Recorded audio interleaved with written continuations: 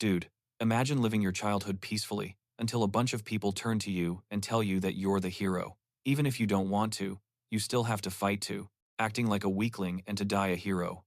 Throwing him back into those hands that are crying out for salvation.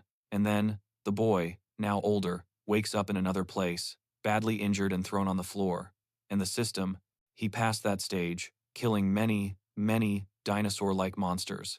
And when he finished, he said that was exactly what he expected from level 10. Because if he didn't have the memories from his past life, he wouldn't be able to accomplish this so quickly.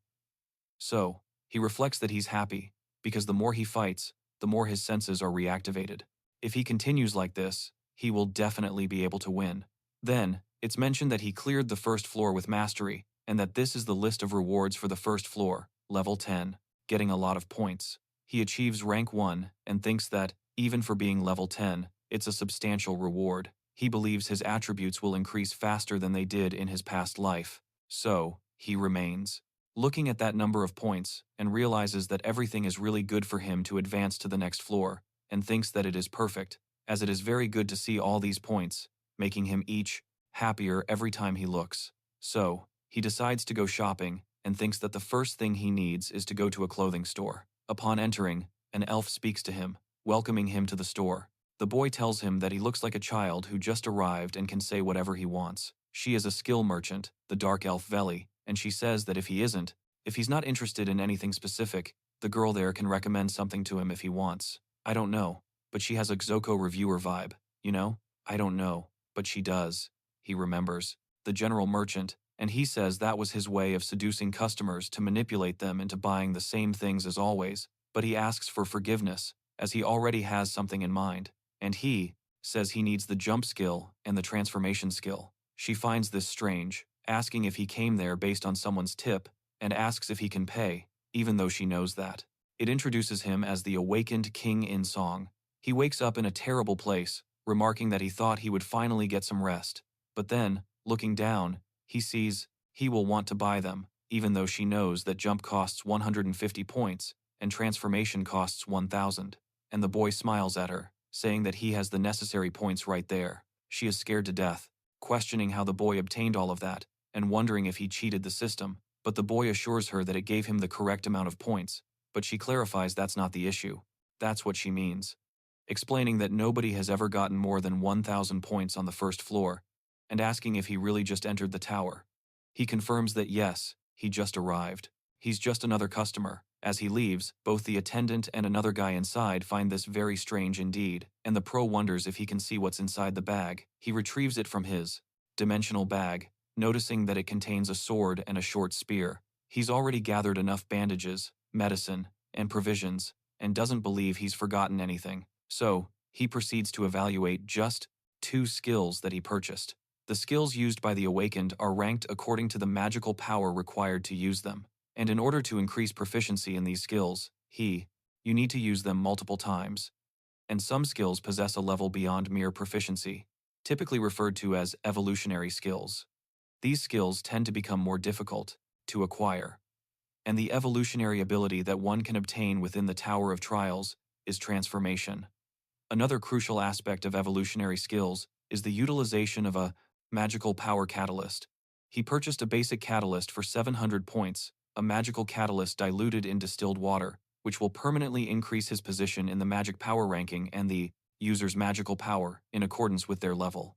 The magic power catalyst is an item that enhances your power to a certain degree, and even if he doesn't ascend floors or complete several monsters, and realizes they won't let him rest, complaining that they even managed to gather together while cursing at the creatures. Currently, his magic power is 97, and his magic power rank is 9.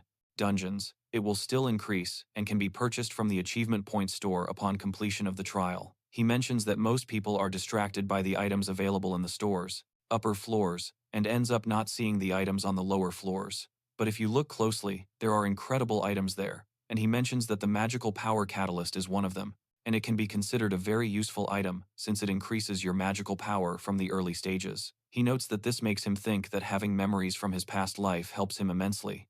Who would have thought, right? Who knew that experiencing the same thing twice would give you some kind of advantage? I think you should know the Mega Sena lottery numbers, because you would, I don't know, gain a little something there. And he says that, whether it's because he knows about the transformation or the catalyst, he thinks he's the only person who knows about all of this so far. And after using those things, he wonders what he will do next. But then, that redhead who was looking at him inside the store approaches Prota, asking if he could spare some of his time. And the boy gets scared, because, at the moment, he couldn't sense the guy's presence and wondered who he was. Then, the swordsman asked if he was startled, saying it wasn't his intention, and the protagonist thinks that he's strange, looking at the boy and remembering the future, recalling that same boy standing on top of a pile of dead bodies. Then, he's horrified because that's Choi Hakjun, and he talks a little about Choi, who is a genius among the awakened and used to be praised in the abyss. However, in the not-so-distant future, he ended up changing quite a bit and became the man behind the planned annihilation of a large guild. The protagonist sees this kid, who doesn't look much like the image he has from the future, and Choi wonders if his face is dirty because the protagonist is staring at him and the monsters begin to swarm, preparing to attack.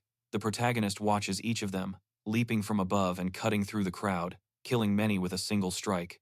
Ultimately, a somewhat strange expression, he apologizes, saying that he got scared, and mentions that, back then, Choi had a murderous look on his face, asking what Choi needs. He says, who, to be honest, has been following him since that store. He bought a lot of things and seems to know a lot about the items, and Prota notices that he was stalking him, becoming scared, and Choi says that what he wants to tell him is the following, leaving Prota completely on the defensive, and then To asks him what he thinks about forming a friendly group, like a golden, in front of the Prota, leaving him quite surprised by that personality.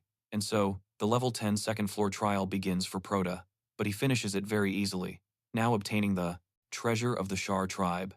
It is said that the Shar tribe is angry with him, and they will pursue him until they get their treasure back. So, he must take the treasure, escape, and try to survive in the forest. And then, the tribe of lizardmen starts to go after Prota, and he watches them all from the top of the tree, hiding from those things. He already knows that tribe, saying that they are hunters specialized in tracking, so asking him to run away from those guys is kind of idiotic. Therefore, he thinks it's a very difficult mission and that something like that doesn't make sense, questioning why he has to do this, and their treasure has no effect, and he says that, other than the fact that he needs to protect it, there's nothing special about the item. So, he questions how he will complete this mission, but his main focus is just trying to survive in the forest, and he has an idea. While the monsters continue looking for him, he himself will go forward, of one of them, appearing and attacking the monster, cutting it in half, and finally, interpreting what the system is telling him, because surviving means that he can kill any, completely injured by the end of the battle. But then the boss arrives, praising the human hero, and that being appears near the protagonist, overflowing with mana, stating that it's a tempting power and adding that enemy that is in the forest, appearing in the middle of those things, and calling everyone to a brawl. But one of the big lizards jumps on him, but he cuts the lizard in two and continues cutting all the lizards, who sees what lies ahead with absurd ease. So, he figures that the Shar tribe prefers to move in large groups, which suggests the possibility of this taking longer than expected is high. Expected is great, and it would be incredible if he had formed a group, but he believes that, from level 5 onward, the difficulty increases, so the chance of finding people for a group is lower.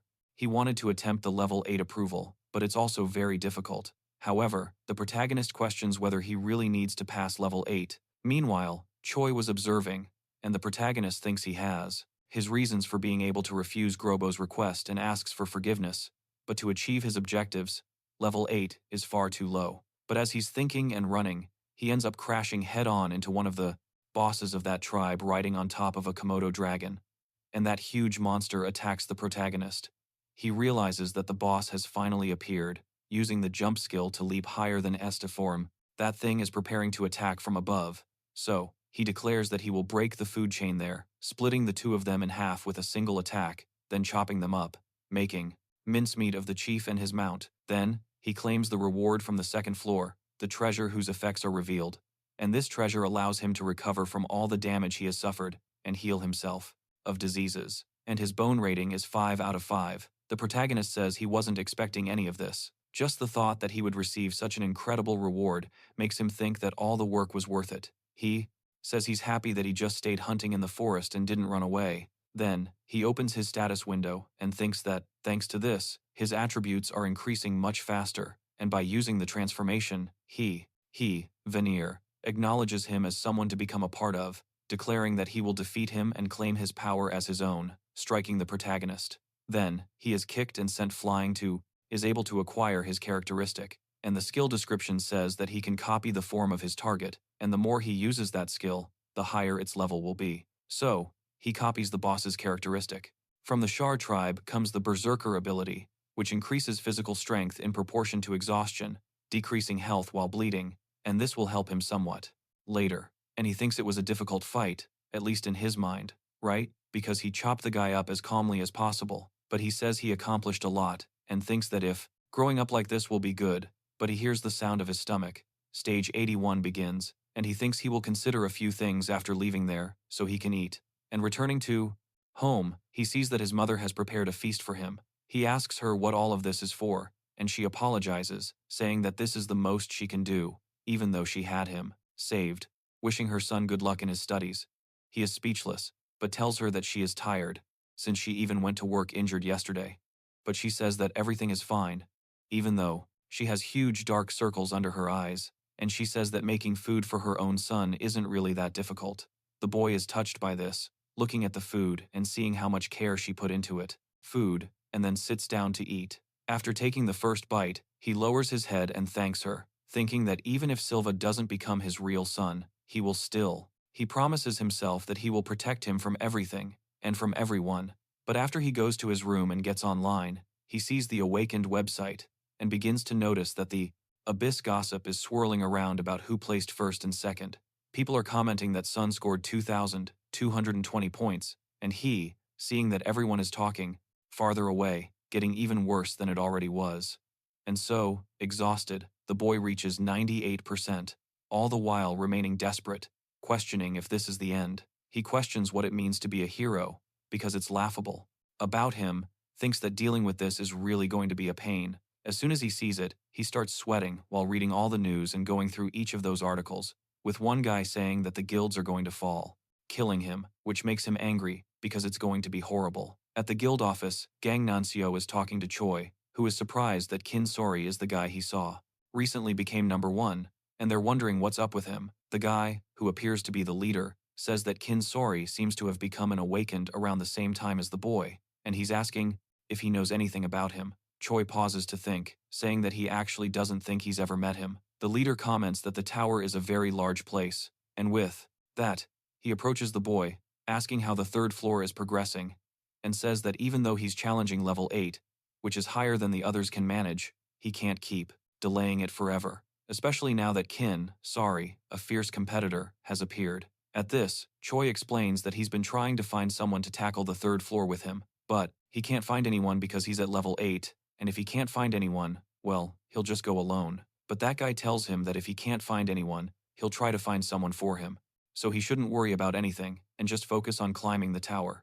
After that, he tells the boy that he should already know what to do, and orders him to come back and report to him in a week, also telling him to try and defeat that Kinnum, if he's able to. And when the kid leaves, he thinks he's really screwed, because he's also thinking about Kimon anyway. Ryan, wondering if it could be that boy he found sitting in the square, but he refuses to believe it, because even if it were him, what could he even do? He just needs to. He remembers his mother telling him to protect humanity, and seeing how things are now, he can only smile ironically, since he couldn't protect anyone. Other than that, he continues, worry about himself right now. And sometime later, the protagonist finishes clearing floor by floor, arriving at the 9th. Then he tells his mother that he's going away and doesn't know for how long, and he presents. Her grades are excellent. He mentions wanting to explore rural areas further, and she agrees, adding that he has studied hard and should go have some fun now. He finishes the 9th floor as well, and she reminds him to call frequently. He confirms that he will, and that he will return later. And so, a year later, on the 7th of December 2022, he heads to the station, by train, remarking that he expected time to pass quickly, but the fact that a year has already gone by is significant. He adds that he was worried because he was in the middle of the RTHA, but he's happy that he managed to complete the 9th floor, mentioning that the 10th floor will take a bit longer. He then says that when you don't know how long something might take, there's no better excuse than traveling to take a break. And for the Awakened who climb the Tower of Trials, the 10th floor is a major milestone that they must overcome. Furthermore, the difficulty of the trials increases every 10 floors. Significantly, to the point that people are saying the 11th and 12th floors are easier than the 10th. He mentions that, because of this, everyone is attempting challenges with a difficulty that is 1 or 2 times lower than what they would normally face. But the moment the difficulty is lowered like that, the subsequent stages start becoming increasingly difficult. So, he figures that in order to prevent this from happening, he needs to become stronger. He believes that in a year, the Green Dungeon will appear in Yan City, and the massive outbreak will occur, marking the first time that humanity will truly feel endangered. And coupled with the January 1st incident in Guang Province, many terrible events are on the horizon. He gazes at the horizon, thinking that he will change hating the title of hero. And just then, Raffinir attacks him, ready to deliver the final blow. While the protagonist thinks he didn't do anything in the end, he wakes up in another place, at another time, future, and believes that this time, he will definitely protect the world. Then, he heads to the Tower of Trials at the entrance to the 10th floor, walking there alone. The old man then asks him, he heads to the 10th floor, and partway there, the gatekeeper says he won't stop him, but asks if he could spare some change before proceeding, as he guards the gate to the 10th floor. The protagonist then thinks that most people ignore him, assuming he's just a beggar, but his actual role is quite important. Then, the protagonist donates 5,000 points to him, and the old man is surprised because most of the people simply ignore him and continue on. But he was quite generous, and the protagonist explains, it's because he is an important and competent person. The old man is grateful for his words, asking what information he requires. He states that he needs level 10 information, and the old man is even more surprised, remarking that this information is quite valuable. But, since he gave him all that, he feels obligated to tell him something, advising him to be careful with the boss. The protagonist asks if that's all, and he confirms that it is. He considers it a vague tip, but a gatekeeper's information is never wrong. And the protagonist ends up satisfied with just those few words, while the guardian tells him to be careful, and the boy enters the gate. Inside, he finds himself in a very dark place, and the trial begins. Then, he chooses level 10 for the trial, and starts to enter a village location.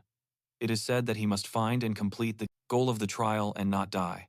I'm glad you warned me that I'm not supposed to die, right? I was even thinking about it. It was in my plans. But hey, you warned me, right? I will refrain. I will refrain. And inside the 10th floor of the tower, a boy is picking some berries, thinking he's lucky because he didn't think he would be able to fill a small basket. It seems like he really is, with some people looking at him. Then those people call out to him, smiling and saying that they swore he had died because he fainted out of nowhere, and the protagonist doesn't understand anything when he opens.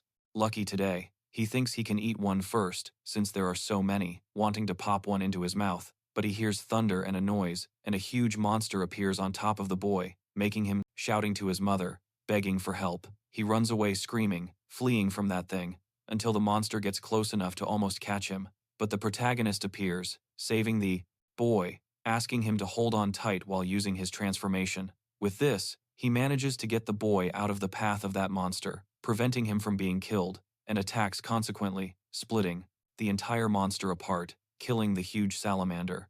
Then, he talks to the boy, asking if he's okay, but the boy is still quite scared of that guy who appeared out of nowhere, wondering if he takes the boy back home, but the treatment he receives is horrible, and he tells the people there that he's not a kidnapper, saying he's just an outsider who saved a boy while he was passing by there. But people slam the door in his face and say that even if he claims that, they know he has other intentions and it won't help, even if he keeps him hostage, and there's nothing to leave that village, ordering the boy to get out of there immediately. But then, Proto questions what is happening, saying that he thinks there is a misunderstanding, but the woman inside doesn't even respond, and he is surprised because he didn't expect to be treated like a kidnapper as soon as he arrived. And this is very shameful for him, because he hasn't even done anything, so why does he deserve to go through something like this? But then, one of the people inside the houses observes him and sees that the boy is leaving, and the system says that he visited an unknown village that is in crisis, and he must save this village from the crisis and survive. But, in the middle of that place, he doesn't have much to do, and thinks that the atmosphere is depressing, the residents are hostile, and it is definitely different from the give your life to save all these people without having a choice.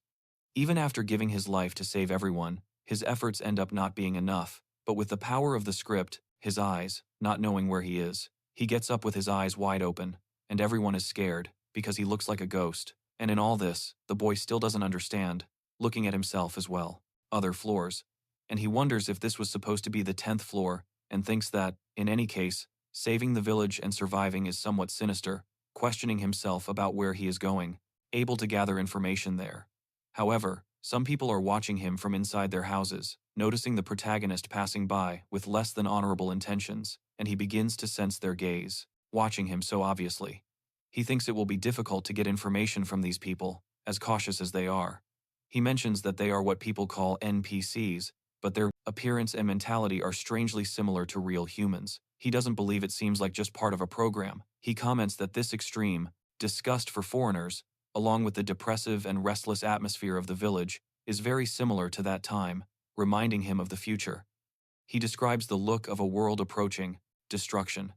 He gets irritated by this, because those bastards haven't even experienced anything like this, and yet they've implemented such a theme so well in order to do that. So, he sits down near a tree, saying, who needs to find an informant to do something, but he can't find anyone, not even the ant, until someone approaches him, calling him boy, and it's the same little boy that he saved. The protagonist remembers him, but the boy is distant and scared upon seeing the protagonist. Then he asks how the boy is doing, approaches him, handing him some berries, and going back to hide.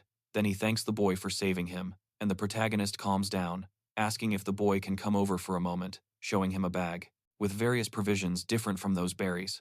Then he notices that the boy is eating bread and becoming much more friendly, saying that it's very tasty. And the protagonist is surprised that he finds it, looking at the sky, so different from the post-apocalyptic sky he was used to. And then, another boy next to him is also standing there watching, and Proto wonders if he's dreaming, because he swore that Fafnir, thinking it's so good, asking if there isn't enough food in the village. The boy says there is, and that's why no one is friendly, because others might end up stealing their food. And the protagonist notices that the residents must be going through hardships, and the boy says that it's thanks to the village chief that everyone is enduring so much, because the village chief is their hero. He seems surprised by this. It's all hero talk, and the boy says that's what his father told him, that he's been protecting that village as best he could his entire life. That's why they need to help and trust him. The protagonist thinks about it, and the boy questions what's going on. He says he's just talking to himself, but asks the protagonist why he came there. He says he was wondering if there was any way to help the chief, such as giving him the food he has, or taking care of the monsters that threaten the village. And the boy asks if he saw the monster just a little while ago, saying that you never know when it will attack the village. But the boy says that those monsters can't even reach the village. They said the chief was the one who made that happen. And the protagonist starts to realize something, asking if the boy could let me elaborate on that. But just then, another person arrives, asking if he's the outsider who came to the village, and that gentleman arrives with another man, introducing himself to Prota, saying that he is the chief of that place. Prota immediately heightens his senses, realizing that this is the village chief. He remembers the guardian's warning, telling him to be careful with the chief, and the chief says that it's unfortunate to have to say this so soon after meeting, but food in the village is extremely precious, and distributing it so recklessly could cause problems. So, he would appreciate it if he avoided distributing food without his permission as the village chief, and the boy's suspicions are confirmed. Prota then speaks to the village chief, saying that it was around there somewhere, and everyone wonders what he's talking about, telling him that he's already awake and that it's time to get back to work, and Prota is happy that they're alive, but the boys tell him to. Fortunate that he came, as he was planning to meet him regardless. Then the chief asks who he is. He replies that he is just a traveler passing through, who happened to see the village, so he wanted to stay there for a few nights, asking if he could get permission. And that man, along with the chief, tries to warn him, and the chief pauses, offering apologies, but explains that the villagers are very cautious of outsiders, and he realizes that the villager won't let his guard down. Then, the old man says that, before all this, he spoke to the boy, asking if they hadn't told him not to eat without permission, and the boy starts to tremble, apologizing, but the protagonist comforts him, calming the boy down, telling him not to worry, because he doesn't need to be so discouraged, and mentions that he gave him some of his food. This won't affect anything at all, and he pulls out his dimensional bag, saying that he has plenty to share with everyone. And that other guy tells the chief that there is a lot of food there, saying that if he can arrange a place for him to sleep while he is there, he will provide as much food as they need, and if it is still difficult, he will. He could do something more. However, The boss refuses and asks him to come along, saying he'll give him the remaining empty house. As the boy enters, he sees some religious people praying to God, asking for mercy on his lambs. He's surprised that the religious man is asking him to cleanse his ignorant sins with blood, and he wonders if this is a religious ceremony, thinking that he can understand it. After all, these are difficult times, and it's natural for people to want to lean on an absolute being. He's also seen this scene many times in a world nearing its end. People overcome by despair have gone mad in many ways, and there are many who have hidden behind the name of religion while facing terror. Shut his trap, please, while preparing to punch Prota. But he, seeing that hand, quickly moves it out of his way and punches Lourinho in the face with everything he's got, throwing the kid. And those who committed atrocities after abandoning everything, after seeing the reality of angels before their eyes. He says that of course, even so, in the end, no one was left. But then he sees something. Keep him alert. And so, that religious man says that they will sacrifice that contaminated soul, asking him to grant honor, peace, and rest to those little lambs. Then, they throw a guy who is tied up into a hole, and inside the hole, he starts screaming and then falls silent, startling the protagonist. Then, he begins to notice that even there, the man's selfishness will not change, and one of them says that it is a great tragedy for the Miller family, but it had to be done since it was to protect the entire village. And that's all thanks to the village chief, protect the place by borrowing the power of the land god. And if it weren't for the chief, the village would be in ruins. And they say that they need to make another sacrifice in 3 days, wondering what they will do if it really is their turn. They think it should be fine for a while, as they still have one person left, looking bloodthirsty at the protagonist, who remains calm. And the man with the chief says the ceremony was successfully completed again, but they still don't have a sacrifice to offer in 3 days. And the chief asks how the outsider is doing. His assistant says he hasn't done anything suspicious, and, as he suspected, he accepted the stranger to make him a sacrifice. The chief says the outsider was sent by their god to be sacrificed, and he must use the sleeping potion to make him fall asleep. He just needs to throw him to that thing underground on the day of the ceremony. As time passes, the village's situation is becoming increasingly critical. A small sacrifice for everyone's protection is inevitable. He questions the helpers, telling them they shouldn't try to save even one more villager. And one day, a man-eating snake, away, disoriented. Everyone there gets scared, and Prota apologizes, saying that he did it out of reflex. But everyone wonders if he's on drugs, and says that he's really a goner, calling him, appeared and built a nest under the village. Coincidentally, its territorial markings prevented other monsters from approaching. And thanks to Boat, thus, the village was safe from monster attacks, after having been consumed by the fear of external attacks at any moment.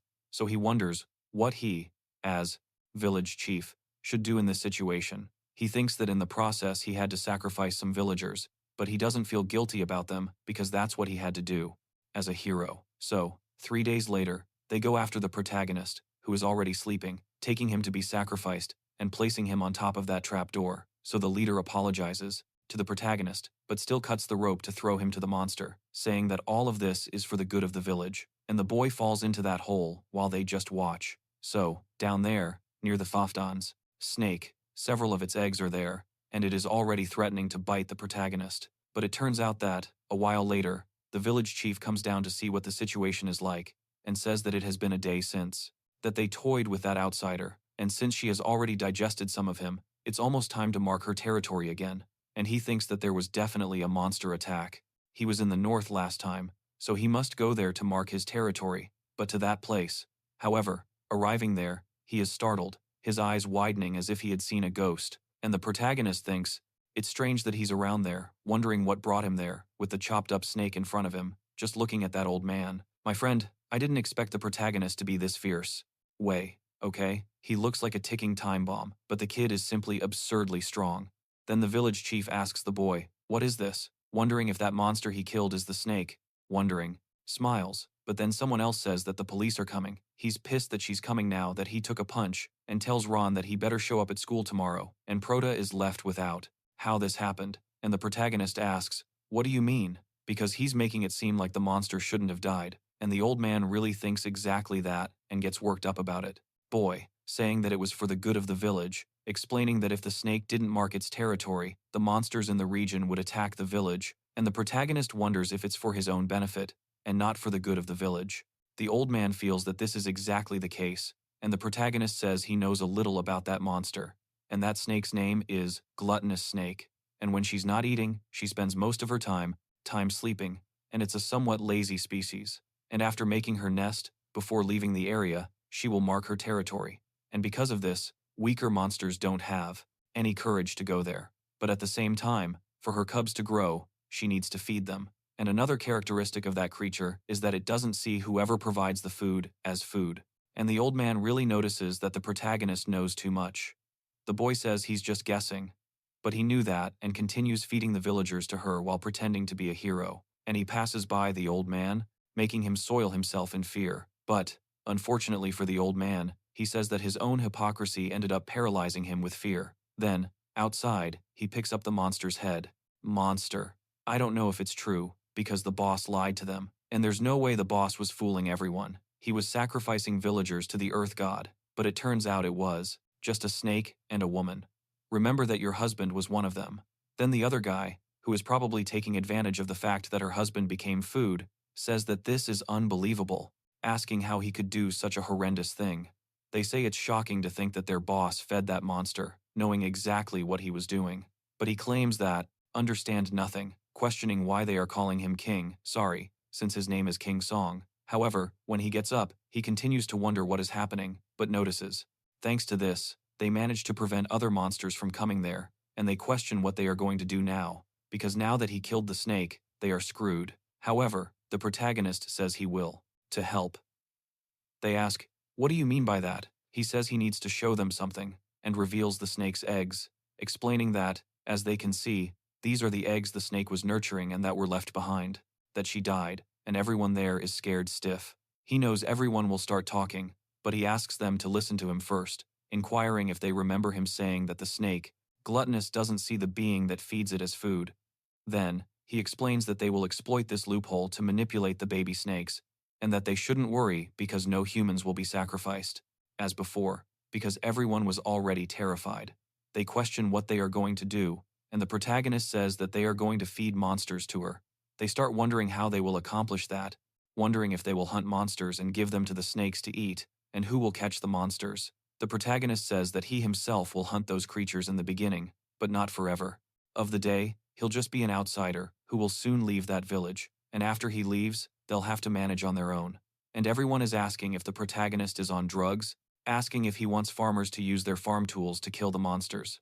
But he asks if that isn't his people's village, saying that if they don't protect it, then who will? And they say it's not that easy. But then the protagonist tells them to give up, questioning why they don't just give up on this and go back to sacrificing villagers, and everyone there is scared to death. And the boy thinks that while they had absolutely no intention of protecting themselves, they just wanted to find someone to rely on, and it's that kind of thinking. A telephone nearby.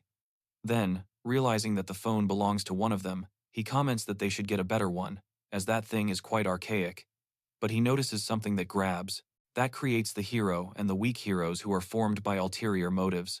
But as he thought, he was being too hopeful for the desperate, questioning if this is really too much to ask, and he needs to think of another way to end this situation. But then someone volunteers, and it's the same boy he had saved before, and the boy is hiding behind his mother's skirt. But then he starts laughing, saying that he doesn't know if he can help much, but he still wants to become strong like the protagonist and protect that village.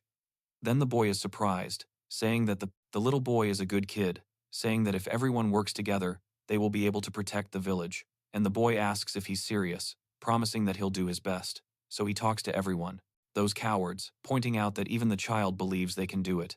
And he motivates himself, saying that he will try. This is better than dying without doing anything. And everyone gets on board with the idea. So they say that the people in that village are weak, easily scared, and were being very selfish, seeking help without thinking about offering any in return. So, before leaving, he asks if there is any way, strength, bigger, and he says that everything will be all right, that he will protect the village. Then, the old man arrives in the city and says he is going to destroy everything. And Prota says that everything will be all right, that he will protect the village. And the old man arrives in the city and says he is going to destroy everything. And Prota says that everything will be all right, that he will protect the village. And the old man arrives in the city and says he is going to destroy everything. And Prota speaks, that everything will be all right, that he will protect the village. And the old man arrives in the city and says he is going to destroy everything. And Prota says that everything will be alright, that he will protect the village, and the old man arrives at even more of his attention, wondering who that is on the phone. Then, the protagonist explains that, in 2042, the world was destroyed, and, after dungeons began to appear all over the world, the monsters that emerged, city, and says he will destroy everything. And Prota says that everything will be alright, that he will protect the village. And the old man arrives in the city and says he is going to destroy everything. And Prota says he will give everything. Gigantic centipede, managing to kill it with just his sword by chopping the monster to pieces. Then the villagers call out to him, asking why he isn't coming back, since the sun will set soon, telling him, "Don't try so hard and just come back." But the protagonist says that it's okay, he'll finish up there soon and return right after. And then the system sends him another notification, saying that now, he has already conquered 90% of that floor, and he thinks that the baby snakes have warmed up quite a bit too, but the conquest level isn't increasing at all, making him wonder if it's because of the boss who disappeared, saying he wants to complete it after reaching 100%, wondering what's left. But then what's left appears with the ground shaking absurdly, scaring the protagonist. And a blue monster comes out of the ground, with a bird flying above it. Then he says that it's the gluttonous snake's natural enemy and can't threaten it, the sacred bird of blue flames. He gets a scare, noticing that it was because of that guy that his progress hadn't advanced, and the boss is overjoyed with that thing in the air, telling the boy to look at that majestic and threatening appearance, saying it was good to keep him asleep with sleep poison, and if that's the case, the citizens will treat him as a hero again, since he is a boss who controls monsters. However, that thing looks at him. The boss starts talking to the monster, saying that he was the one who woke it up, and orders it to treat him like its master, but the monster spits fire at him, finishing off and decimating the boss, in a single breath, completely exterminating him. Meanwhile, Prota notices that its destructive power is far too strong, and the monster advances towards the nearby village, so he takes off. From the dungeons that had not been cleared began to invade reality. Thanks to the phenomenon known as the outbreak, peace on Earth was mercilessly destroyed. In contrast, running towards that thing, trying to stop it from reaching the village, he jumps over everything, using his enhanced jump to try and wound the monster with his sword.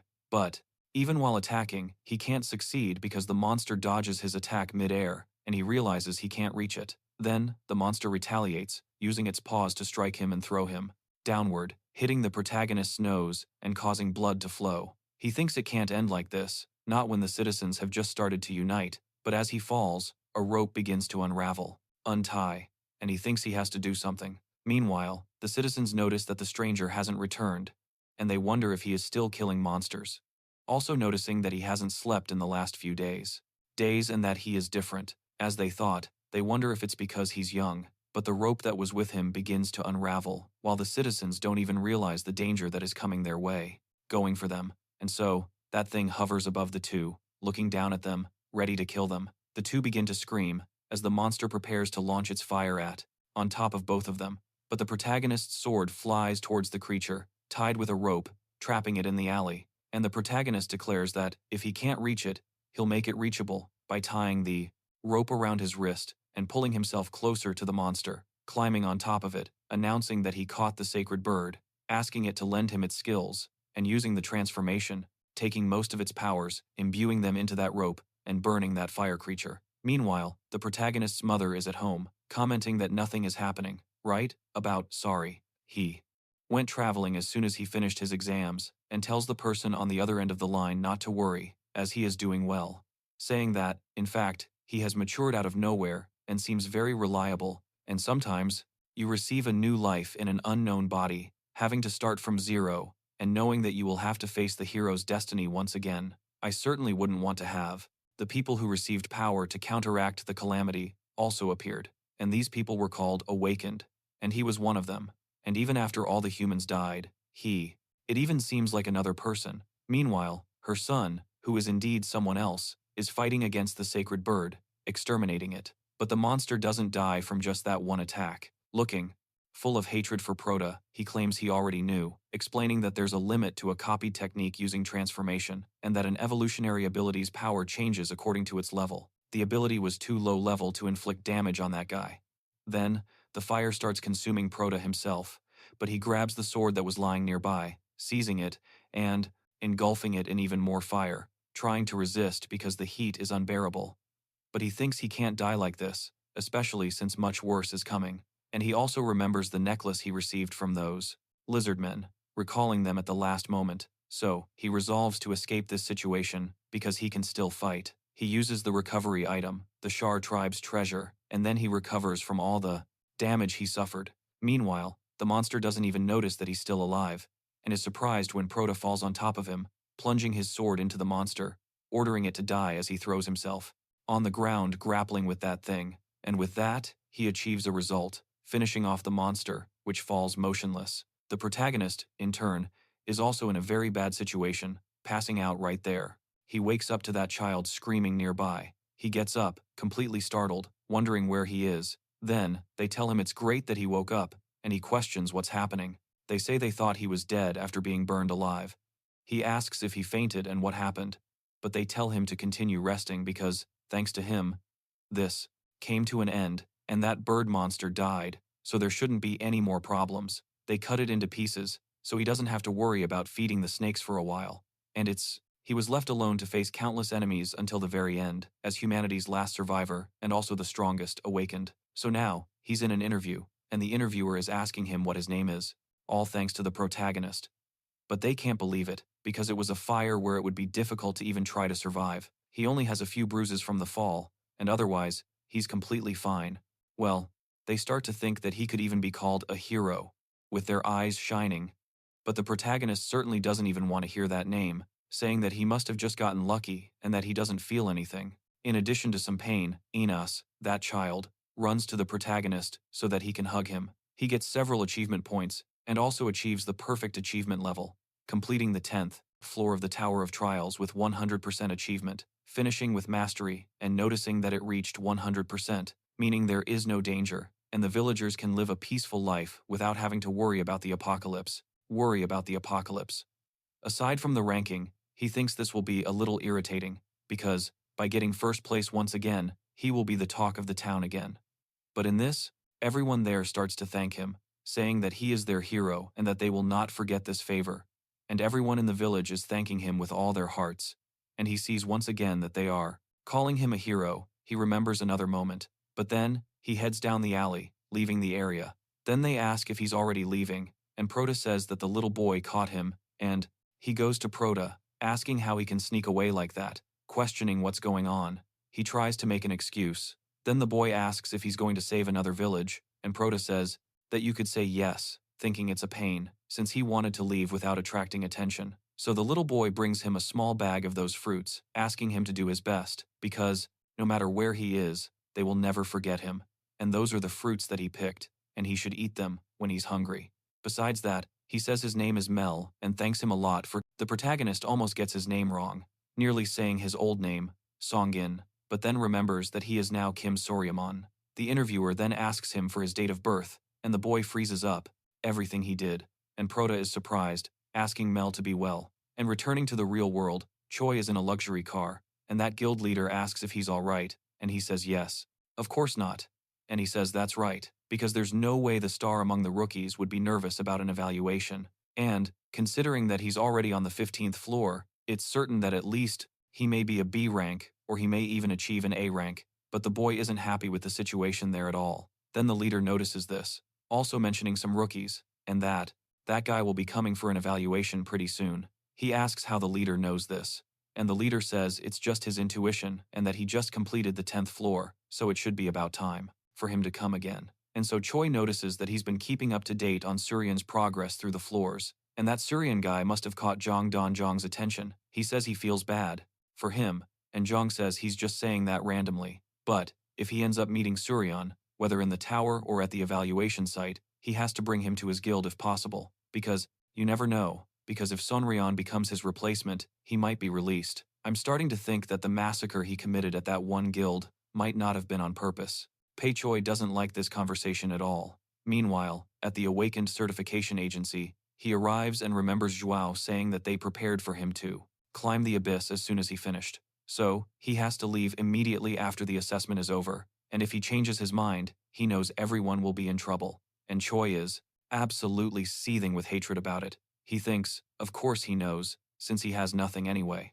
Meanwhile, Prota is arriving to take the assessment as well. He says it looks like he got there just in time. Then, the interviewer asks how old he is, because the boy is taking too long to answer, but he also seems unable to speak, glancing at the calendar and noticing that it's currently 2022. He thinks that if he's not, because it's been a while since he last had his rank evaluated. And the Awakened Certification Agency is like a government agency, a place that evaluates the rank of various awakened. From foreigners to those without affiliations, they represent the majority of the awakened, and the protagonist states that he is there for the evaluation, giving his name, but he explains that, in fact, this place should be called a sacred place for the administration officials of the awakened, and all awakened individuals come to the agency periodically, since their rank needs to be determined in order to enter the dungeons. He needs to enter dungeons to make money, and he thinks that, in his case, his goal is to enter the dungeons, not just to make money. But then, they ask him to wait with some other candidates, and he says that people who have had their ranks evaluated gain the privilege of being an active, awakened, and that the upper part of their body, special abilities, and growth potential as an awakened are all recognized when you are evaluated. And thanks to this, guild representatives are always looking for new talent. Desperate to recruit someone who stands out, he notices that they have eagle eyes. Then, that guy says he will take him there when he is called, and the protagonist thanks him. They hear someone cursing and telling him to do his job properly. He's told to take a look because his magic power is rank 3, and that is definitely enough to be a C rank. So, he questions why he is D rank, and the man next to him says that the assessment standards suddenly changed, so there's not much they can do for him. But that guy grabs the time. Scientist's Tai, asking if it's his fault that they changed the numbers, and insists it's his fault, demanding to know why he's changing it. And the protagonist points out that the gains awakened in the dungeon are, if he's not mistaken, it should be 2042 now, meaning it's 20 years in the past. And so, the interviewer tells him to answer quickly, and the boy almost makes a mistake, starting to say he's 20, but corrects himself and says he's 19. And the interviewer thinks, based on his individual ranking, and even so, he questions the need to throw a tantrum like that, regardless of the result, since there are so many representatives there. Watching that and thinking it's idiotic. However, while that guy almost hits the scientist, Choi stops him, questioning how people like that still exist in the world, and the protagonist is surprised to see him over there. While he's keeping that bully under control, he tells him that the artifact in his well has the ability to increase his magical power for a period of time. It's a rare item that can't be found even through trading. He doesn't know how someone like him got their hands on it, and even though his rank is low, he seems to be quite skilled in other areas. That guy is seething with hatred, cursing Choi and trying to reach him, but since he's trapped, he just thrashes around like a cockroach. And Tai asks if those people are evaluating him that way precisely because they're idiots, and says that if he's so angry, he should just retake the test after removing that bracelet. Then he gets irritated, but Choi laughs at him with an aura very different from his usual one, saying he doesn't think the guy would even reach D rank this time. And that guy asks how he dares, but Choi just kicks him afterward. He's removed by security, continuing to struggle as he is expelled. Choi then thinks he got carried away, since he wasn't in a good mood, but then he hears a hi that startles him right down to the corner of his spine. When he looks back, he sees Soryan, who says it's the first time they've seen each other since the second floor, asking if Choi remembers him. Choi says yes and remains, wondering about that strange feeling he had just now. Soryan asks if it's Choi's first assessment, but the boy questions why he's so surprised, since it's also that he'll just wrap this up quickly, since the boy just seems to be a student. Then, he asks where the boy lives, but, upon learning that the boy doesn't know this information, he asks if he doesn't think. His first evaluation, Prota tries to weasel out of it with a mige. Then Tai asks if these people don't usually get evaluated a month after awakening, and the boy says he was a little busy, and he says that, in fact, he didn't want to stand out even in the slightest, since that might bother his mother in the future. He thinks he has too much money and wouldn't be able to explain where it came from to her.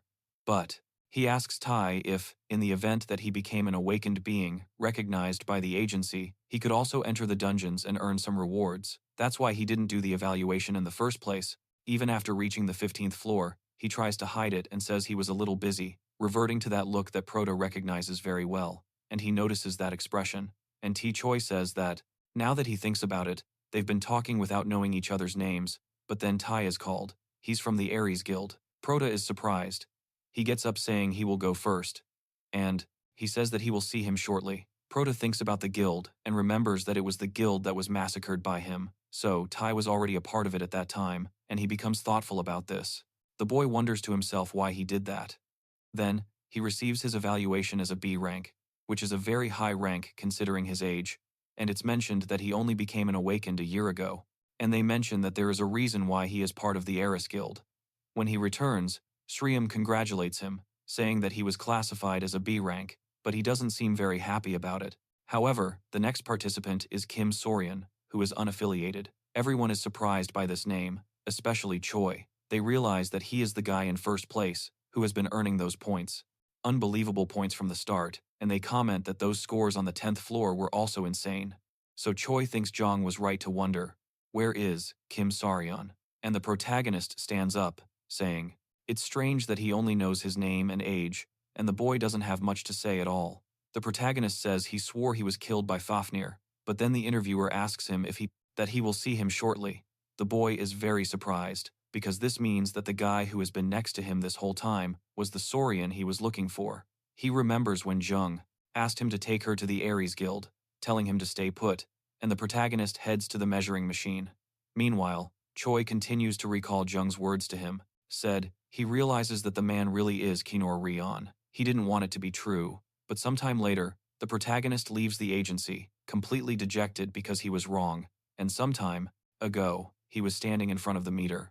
Then, the scientist tells him that he just needs to put a little magic into the measuring instrument. The protagonist does so, with Choi watching very closely. As he puts magic in, a huge glow erupts. He wonders what it is, because that magical sensation doesn't make sense until everything stops. He questions what they all just felt, as some of them are, becoming quite nervous. Then, the affiliate Kin Soron is ranked as C rank. Choi thinks this is impossible, questioning how the boy is only a C rank, because his magic is comparable to that of a rank A. They think that, as expected, it was just someone with the same name, and Choi notes that, apparently, other people couldn't feel it, but he's sure of what he felt. So the protagonist? He simply leaves there, accepting his rank, and Choi notices that, as he thought, that person is indeed the Kim Soo-hyun from the rumors. But he ends up getting a little confused, wondering if it's really him, because the measuring instrument said he is only a C rank. But then he questions who would control their own magic to lower his rank. And even if he is a genius, only those awakened with a global ranking, global can do this. And the protagonist says, that's what he hopes they think, because it was just for a second. But who would have thought that he made a mistake when it came to controlling his magic, and says it was. He thinks it's okay to loiter around, considering his final exams are coming up soon. Then the protagonist wonders if he is dreaming, or if this is some kind of magic from Favelia, as he remembers the punch he received. It's a good thing he controlled it at the time, because if he hadn't fixed it, it would have been total despair. And that was because his attributes had increased out of nowhere. But he says he thinks that after having finished the 10th floor, his stats have been increasing at a faster rate these past few days. He received some very interesting rewards, including obtaining the fire of that sacred bird, and he mentions receiving the sacred flame and says it's a very strong evolutionary ability, especially effective against demonic-type monsters. Therefore, it's something he gladly accepts. These attributes increased along with that new skill. And, more than that, he is very happy with the store because, perhaps due to finishing the 10th floor at level 10, the selection of items is amazing.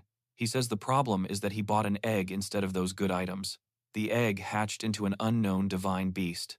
He thinks he only bought it because it was one of the items that he doesn't know how to otherwise acquire, but he's worried by the fact that he doesn't know its origin, and it's much smaller than he expected. He mentions a certain awakened one who also bought an egg that could hatch at any moment. He became a tanker for a high-rank sacred beast that hatched from the egg, but he says there hasn't been any change to the egg, even after spending a considerable amount of time wondering if it even times an egg.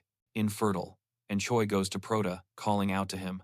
Prota is startled, because he thought he had already left. He explains that he went to the bathroom, then asks if he got his result, and Prota says he did. It's a C rank. Choi doesn't really believe it and tries to talk to him about it. But then that guy who was making a mess inside approaches him, cursing and asking if he knows how much he suffered to get a C rank. Prota notices that he's reverted to being that unpleasant person, wondering if he'll want to seek revenge. But Choi asks Suron to excuse him, and Suron says that's good, since he was curious about what abilities Choi John Ryok possessed, so he figures he should watch. But then that guy, from that thing, thinking it can't be a dream, but he still thinks those feelings are fake. He went back to the past, but he wonders, where is his real body? King Song-gin questions.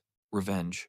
But Choi asks Suran to excuse him, and Suran says that's good, since he was curious about Choi Jan-ryok's abilities, so he figures he should watch.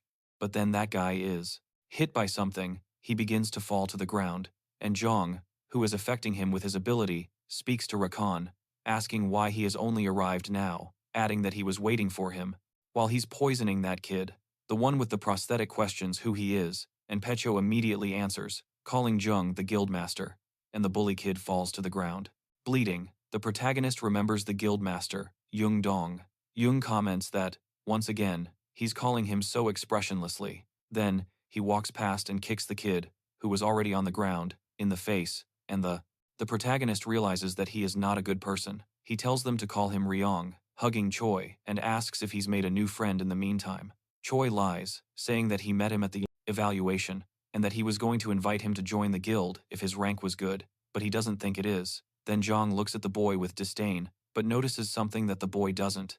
He spoke. After all, he's no ordinary guy, since he piqued Choi's interest, and Choi says he wants to test the boy. He approaches the protagonist, identifying himself as the guildmaster, introducing himself, and asking what Soryeon's name is. Then Choi tells the boy to be quiet, and he even seems to understand Choi's intention, but smiles at Jong, revealing that his name is King Soryamon. I really want him to beat this guy up. It probably won't happen now, but it would be so good. And with the protagonist revealing his real name, the guild leader really likes this information. So, Choi tries to lie, saying that it's not him, claiming that guy is S rank, and there's no way he's the Soryeon he's looking for, saying that he even watched what he needs to do to recover his body, because there is a lot he doesn't know yet. But then the interviewer loses patience with the boy, questioning that complaining won't. Examination. But the guild leader tells the boy to be quiet, as he will verify this information himself. So he asks the boy if, assuming it's not a problem, he can take a look at his ID card. And, looking at the boy's card, he's surprised to see that he's actually an S rank, apologizing and saying that it seems he's not the one he's looking for. He made a mistake, as his name is quite common, adding that he would have invited him to join his guild if he were the right person. And the protagonist just stares at him. He says it would be a little embarrassing to take him, because he's just an S rank, asking for permission to leave and saying that if he's interested, he can take a test at his guild. But the protagonist declines, saying he's not really interested, and that, even if he were the Kim Sari from the rumors, he would never join his guild. Then the leader looks back with a hateful glare and questions how he can know what will happen to him if he joins a guild that treats people's lives as if they were nothing. But the guild master says that this is just an example, asking if he has ever seen him treat a member of his guild poorly.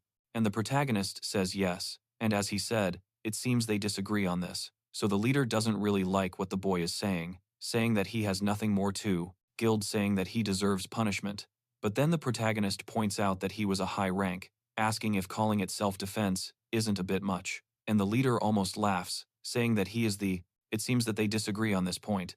He says the boy should know that there's an unofficial rule stating that no one interferes in a fight between Awakened or its outcome, even if someone ends up dying in the process.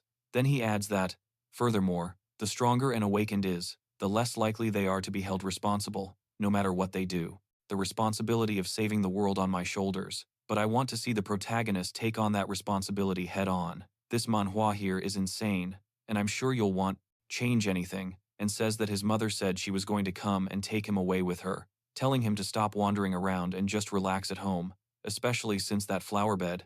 And a guild with such a strong master is a guild that has the authority to be redeemed, even when close to causing a massacre.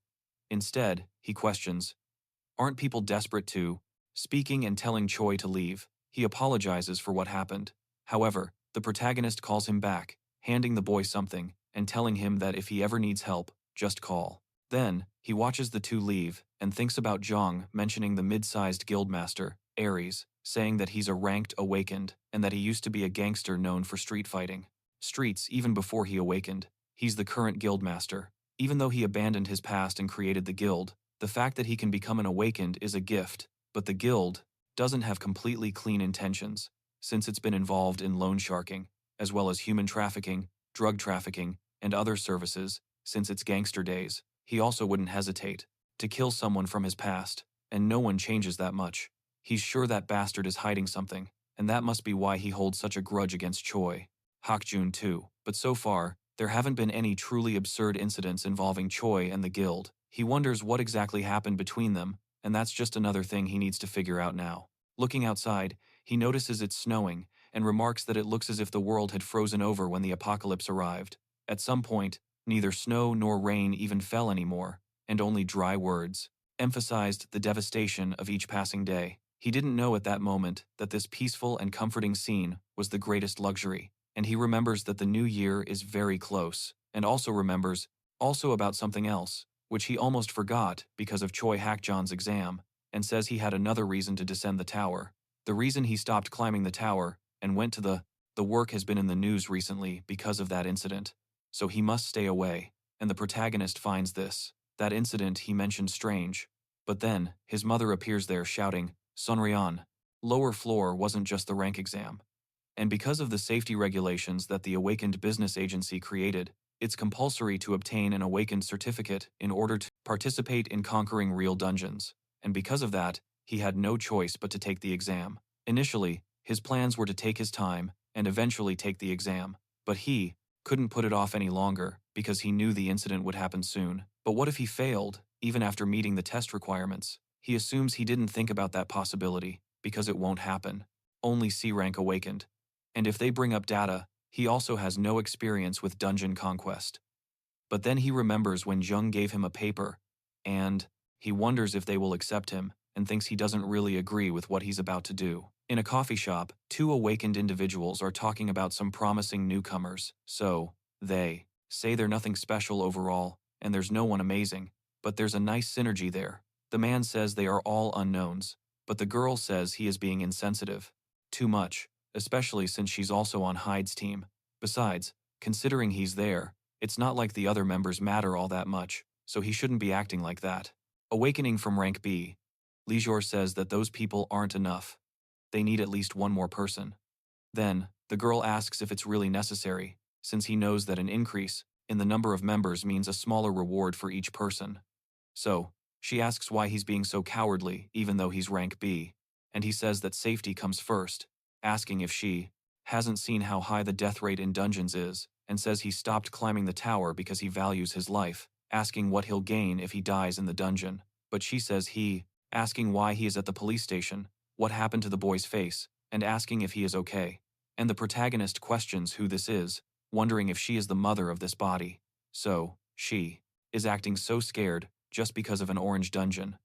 Then, she tells him to do whatever he wants, because he just has to follow the boss, and it's not like she has a choice. He wonders if he doesn't have no one else who is helpful. Then, the girl answers the phone and is startled when speaking with Jiro, saying that they just received a new application, and the applicant's name is Kim. Sorry. So, Prota explains that the easiest way to determine the difficulty of a dungeon is by its color, a system using the colors of the rainbow, where the difficulty increases exponentially as it gets closer to violet. An orange dungeon is the second easiest difficulty, and a team of C-rank awakened individuals should be able to complete it without much trouble. This orange dungeon will be a special case, because on the 1st of January 2024, in Guangguanju, Guangzhou Province, he meets up with the rest of the team, who welcome him warmly, as they had been waiting for the boy. Then, he comments that he seems to be the last to arrive.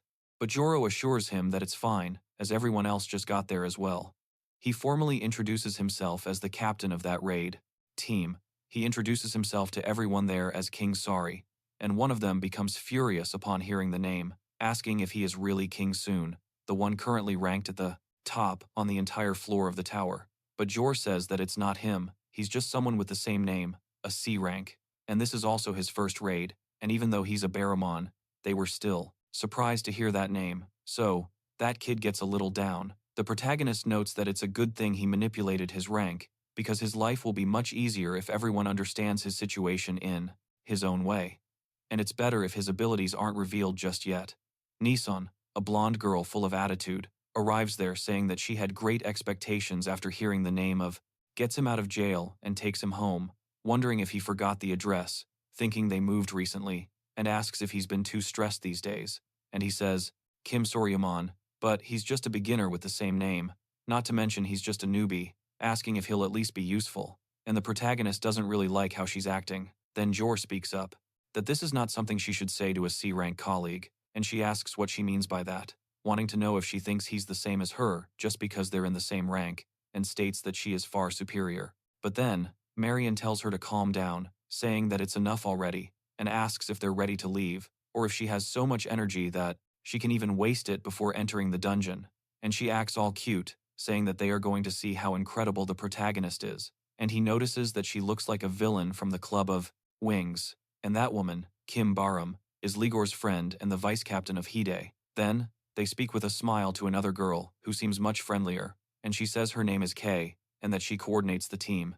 And he can't even talk to the girl, because she's shining too brightly with all that excitement, and she tells him not to worry too much about what just happened, because there are people who, they like to be bothered by the new girls, and so he doesn't understand anything about the girl, and she says she's sure that Miss Eom didn't want to hurt him, and the protagonist thinks, if that was her being nice, he can't imagine if she wanted to hurt him. I wanted to hurt you. Imagine if she actually wanted to. Then Kay says she's excited to work with the protagonist. He says yes, trying to be nice to her, but asks who that person is, who is standing alone.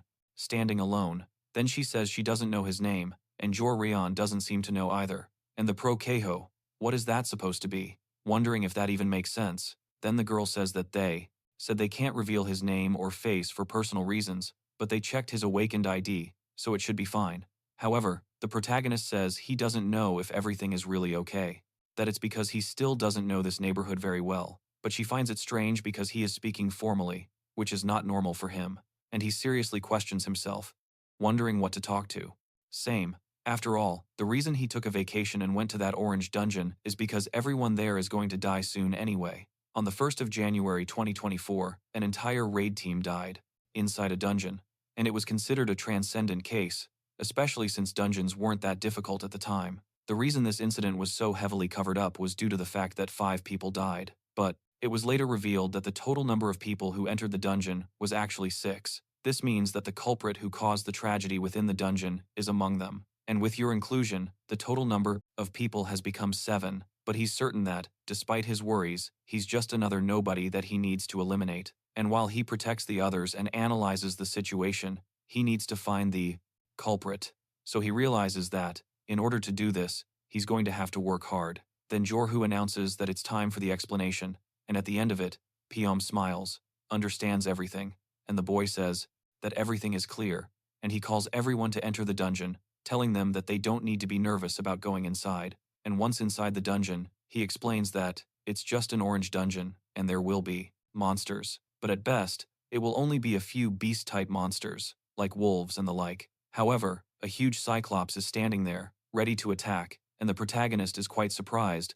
Thus, he questions why something like that is there. So, they begin to question again why an orange dungeon is proving to be so difficult. While they are wondering, that thing is there, they end up being thrown far away with a single blow. The protagonist then thinks that if the Cyclops is in an orange dungeon, something must be wrong, and he believes the Cyclops is a monster that appears in yellow dungeons or higher, which implies that it is an evolutionary dungeon. He explains that just as transformation-type abilities can be, that woman he's never seen, wondering if he should first apologize for causing her trouble, but then she grabs a tissue so she can wash her son's face first, because evolutionary, there are also dungeons that can evolve in the same way, gradually increasing their difficulty, and he begins to suspect that the reason the cleaning crew was eliminated might have been because, regarding the increase in the difficulty of that dungeon, but he believes there are many inexplicable things, and not even a criminal could alter a dungeon's difficulty. What if they intend to kill everyone? A situation like this is actually very favorable for them. He suspects someone is concealing their happiness behind a frightened expression. Then, that annoying girl begins to throw a fit, asking what they're doing. They need to get out of there immediately, insisting this is at least a yellow-level dungeon, but they're thinking about the rewards. However, she questions if those are more important than their lives. Then she starts asking how the hell they expect to kill something like that, and declares she's out. But then everyone asks them to stop fighting, and the monster passes in front of the protagonist, nearly crushing him as it charges toward them. It turns out everyone's attention was diverted by that petty squabble, and they won't be able to stop the attack. But Yor steps in front of the monster attacks, stopping him in his tracks, and the protagonist is surprised because they said he was a B rank, and it seems like it wasn't just talk after all. Still, the Cyclops is a very intelligent monster, giving a kneeling on the guy and throwing him away. The protagonist assumes that he is still far from being a match for a Cyclops, and with him being smashed into the wall, everyone was horrified. As the strongest man, strong there is on the ground, and everyone tells him to control himself, since a B rank awakened was defeated in a single kick, making them think that's why they need to get out of there now. But then, while the monster tries to hit Joro to finish him off, the protagonist steps in front, stopping the monster's attack, and they are surprised that Chiron did this. So, Redhead goes over there, caught him. Then, he notices that the children are apparently bullying him at school, asking if they did it again, wondering when they are going to stop, and saying that the prast, asking if Joro is okay. He says yes, but the protagonist, looking back, is happy that he is at least in one piece. However, the monster is attacking with one hand and punching with the other. Seirion calmly dodges his attack, moving closer to the others. They notice that he seems to be avoiding the Cyclops' attack with ease, but he wonders how long he can keep it up. He asks how long things will stay like this, telling everyone to calm down, because even if they try to escape, they won't be able to. And they ask, what does he mean by that? Then, that guy in the hood speaks, that there's no way out, and the path they came from has been blocked. They question what he's saying, and the protagonist explains that, from yellow difficulty and up, dungeons have separate entrances and separate exits. And once you enter, you can't leave until you find the exit. Then, Yor says that the protagonist is right, but he doesn't know why the difficulty of that dungeon suddenly increased. But, just then, something else comes from above, from the ceiling, and the guys are behind the structure. As an earthquake begins to happen, they realize that, for now, they'll have to fight in order to escape from there. Prota asks to leave the Cyclops to him, but Joro asks Seirion to wait, saying that he will also help. Just then, the captain screams, because there are many monsters nearby, and he is surprised. Those humanoid monsters are attacking everyone. Prota says that there are about 30 of them passing through, killing everyone they can, and that, at the very least, in addition to the Cyclops, the monsters are at the level of an orange dungeon. Leaving them with the rest of the team shouldn't be a problem, although, of course, that skill would be capable of finishing off those monsters with a single blow, but it's not the right time yet. He has to take care of that guy over there, because they know that the Cyclops' weak point is the eye. The important thing is that that eye isn't referring to the one on its face, and the boy can tell her if they do it again, saying that next time she won't let it slide. And the protagonist finds this interaction he's having with her very strange, but the mother stops. The Cyclops' weak point is another hidden eye. Prota appears right next to the monster's face, and it reacts quickly, trying to hit him, but Prota stops on top of the creature's hand. Looking him in the eye, especially since there are 3 eyes involved in this situation, he speaks to the monster, striking it directly in the palm of its hand, and explains that the reason the Cyclops is holding that club with such force is not only to attack, but also to protect its eye. The protagonist ends up injuring the eye located in the Cyclops' hand, and he believes that, for the time being, it is over. There, they are still fighting, but Nilsson calls Joro and Baryon, telling them that he has already finished in his area. However, Sari, who was previously boasting, ends up lowering his guard, and Joro shouts, to warn him because the monster is attacking. The Cyclops manages to grab him before the boy notices. He then realizes that the monster didn't die, and the idiot now understands that it wasn't the hand holding the weapon with the eye, but the other hand, which was on the opposite side. Seeing this, he realizes that things have gone badly. Then, a monster crushes him as if he were just a mosquito from a horror movie. He shouts, because the boy apparently turned into pate, and everyone wonders what happened and if he died, and they say they knew they shouldn't have gone to that place, as it was a lost cause. So they tell them to look, because a protagonist doesn't die, even after taking a hit like that, and so he manages to get out of there, using his heels, jumping upwards, and he thinks that was a close call, and he says that it could have been dangerous if he hadn't borrowed that guy's ability in time, which is Giant's Breath, since it strengthens his body's recovery. So he falls to the side using that skill, and thinks that it was worth increasing its level, because the chief of the tribe, who has the berserker characteristic, is also the sacred bird of there, saying that there is no one in the park that day, and asking if something happened. And the protagonist notices that, now that he's stopped to think about it, it's very quiet, even for him. Then, the wolf. Blue flames. He had 2 good skills, but up until now, he was only able to imitate the appearance of those skills. Now, he can copy their strength too, and that's a little more. than before, but he wonders if he should tease her a little more while he has the chance. And Joro rushes over to Sari, asking if he got hurt, but the boy simply jumps away at an absurd speed. Leaving the supposed Bravo rank completely startled, and the protagonist charges towards those monsters, calmly passing right through them, and decimates everyone with his sword, falling close to the Cyclops, who tries to strike him, but the protagonist appears behind him, asking where he's looking, and hits the monster squarely in the head. Then, Joro notices that this speed is incredible, and the technique as well.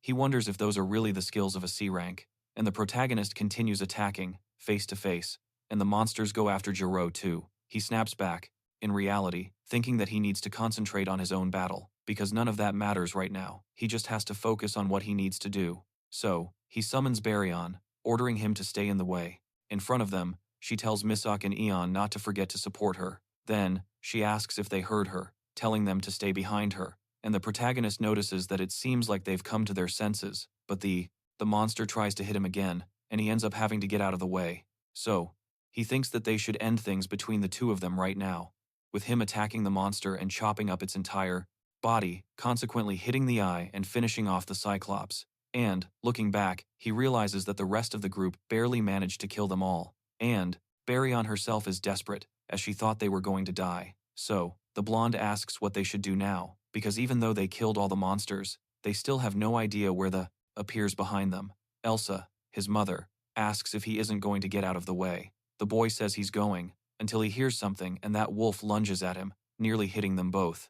Exit is, and if these things keep sprouting from the ground, their fate is sealed. And she asks if they shouldn't ask the agency to come and rescue them. But Joro says that, honestly, it's also the rest. First time something like this has happened to him, so he has absolutely no idea what to do. They decide that, since the area seems safe, they should rest first. So, he goes to Sorium, asking if he's okay. Proto replies that he is, saying there's nothing exactly wrong.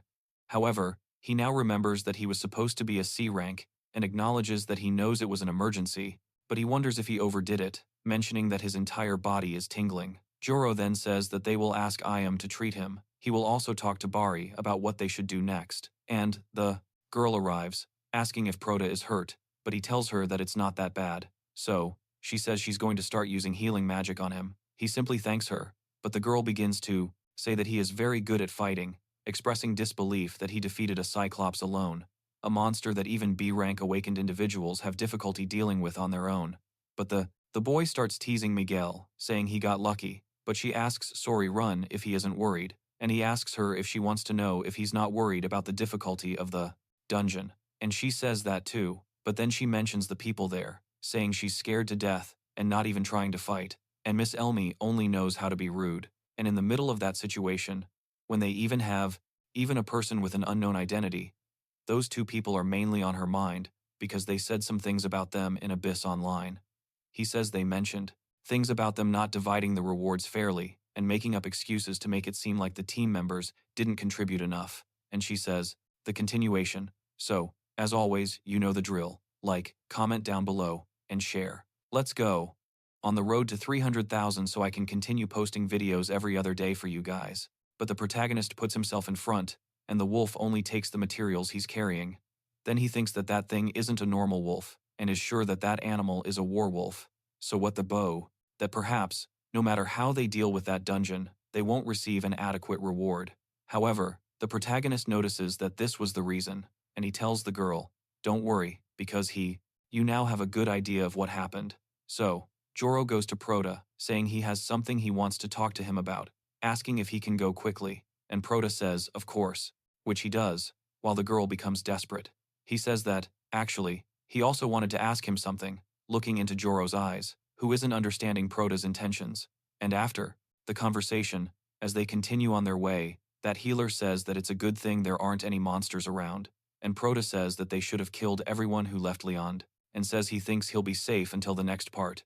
And Joro looks back. Then, Bagan asks what's wrong.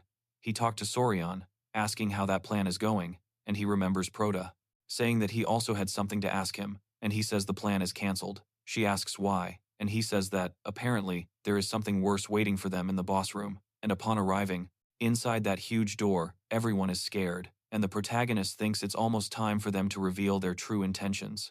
Upon entering the room, everyone wonders where they are, and Joro says that it looks like the center of the dungeon, wondering if there's an entrance around there. But the blonde looks off into the distance, spotting another door, and questions if that isn't the exit. They think that has to be it, and she says they can finally leave that place. But Joro asks her to wait, because if they rush in suddenly, things could go wrong. Just then, the dungeon system activates, in front of them, and the system sincerely welcomes the travelers who have made it this far, announcing that the dungeon challenge will soon begin. They realize that it's the voice of the tower system, wondering, the police officer was just talking about an outbreak, and he believes that 2022 was when outbreaks started becoming more common. So, it's quite possible for a monster to appear in the middle of the city. What they are talking about, when the exit is right in front of them. And the protagonist says that when you're conquering a tower, it doesn't end just because you killed all the monsters in the yellow dungeon above. Just like in the Tower of Challenges, you can only clear the dungeon by fulfilling specific conditions. So, the system prompts them to choose a method for completing the challenge. The first method is to fight the monsters, which will be summoned through the back door for 30 minutes. The second method is to open the door on the other side and flee from the monsters for 30 minutes. The monsters that are summoned will chase after everyone. If they don't choose to open the door within 10 minutes, a random method will be forcibly selected. Baguiao is left wondering what this means, but the system will do whatever it wants. Then, the healer figures that this means they won't be able to leave unless they choose one of the two options. The blonde says that it's obvious that they have to escape, reminding them to consider the difficulty of that dungeon. It's impossible to fight them head-on, but the baldy questions whether the rewards would be greater if they fought, instead of running away. And they've been doing well up until now. However, the girl questions if he's messing with her, because he hasn't even done anything yet and already wants to choose what they should do.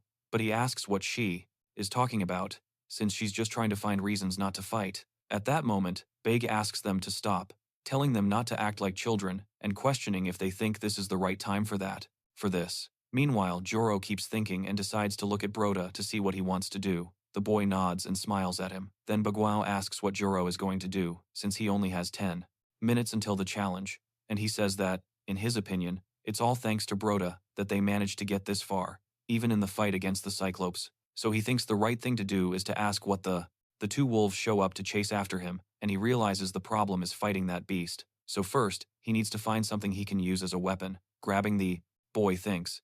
And the blonde, acting as if she has Alzheimer's, says that the leader is asking a C-rank idiot for his opinion, the same one who saved their lives just a moment ago. But the healer speaks. It's true that he fought well, and the protagonist tells everyone he thinks fighting is the better option. They're scared to death, and Blonde says he got too euphoric from killing a Cyclops, and she says that maybe her greed for money also increased in a situation like that, and the protagonist says that rewards are good too, but everyone should have listened that they should run times and times fight against them.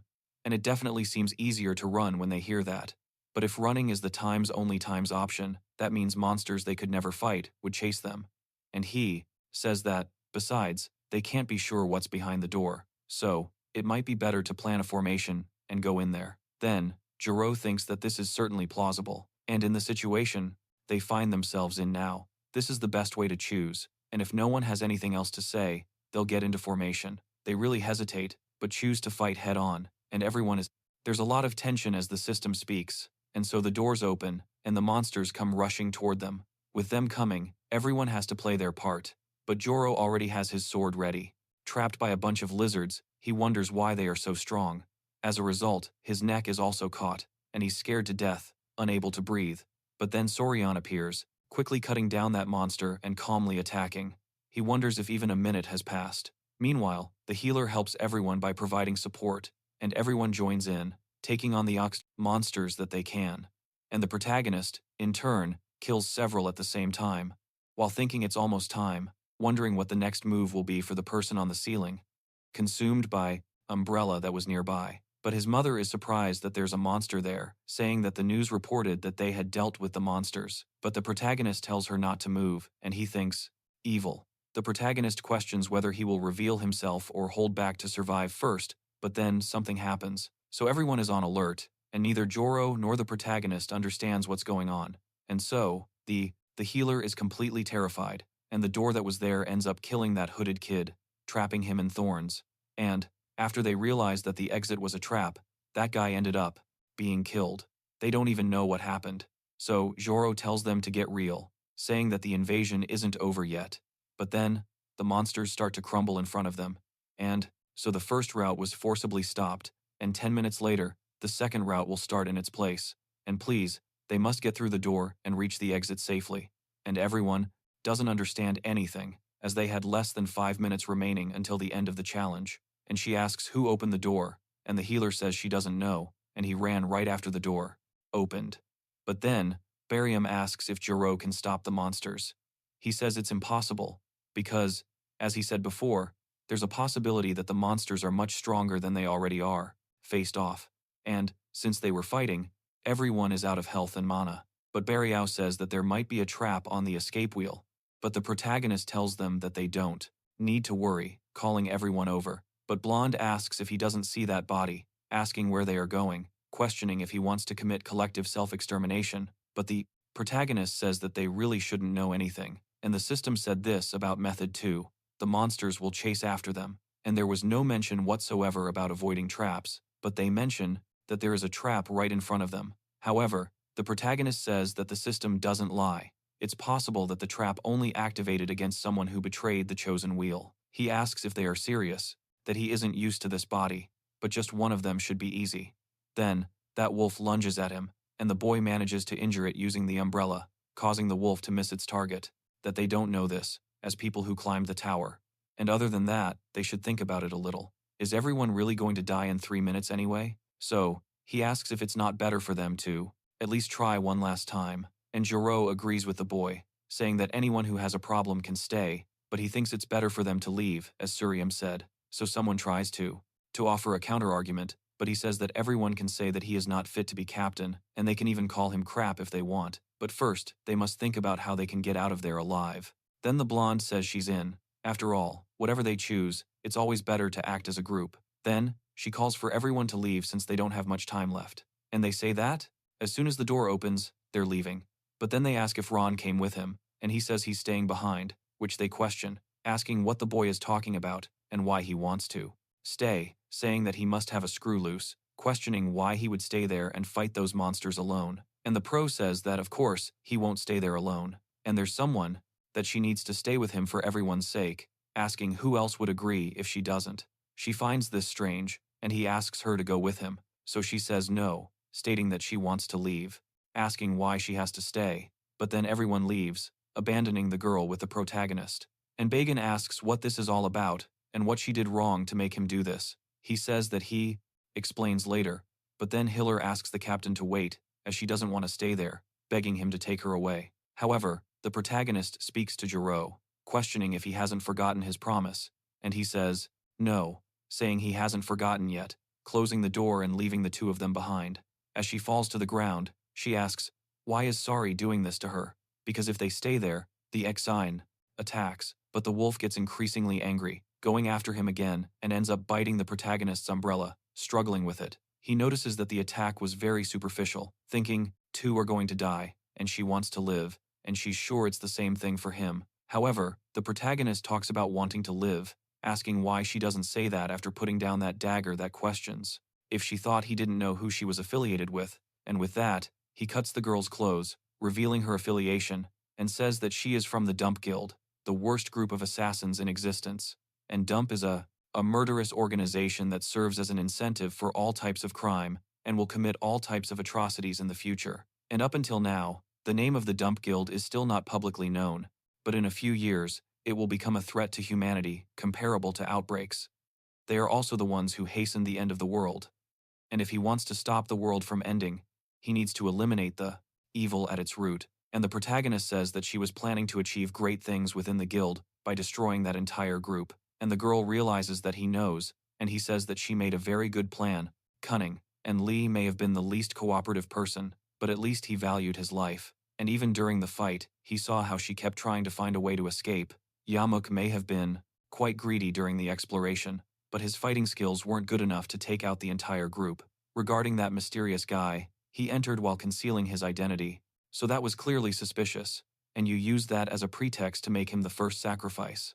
And on top of that, she leaked information about Jor and Baryon to make it easier to suspect them when someone was promoted. But that's exactly what he did. He figured out what was going on, and she starts laughing, saying that she could already tell from the moment he defeated the Cyclops, but he didn't. He's just an ordinary guy. Realizing that he's actually Kin, one of the rumored figures, he smiles, but says that he doesn't care, because he'll be dead in a few seconds, and says that when he's dying, surrounded by who can't use his power against a low-level monster like that, saying that it should have been destroyed in a single blow if his body were the original, or at least if those monsters. She will open the door and escape because she has a stealth skill and isn't a healer.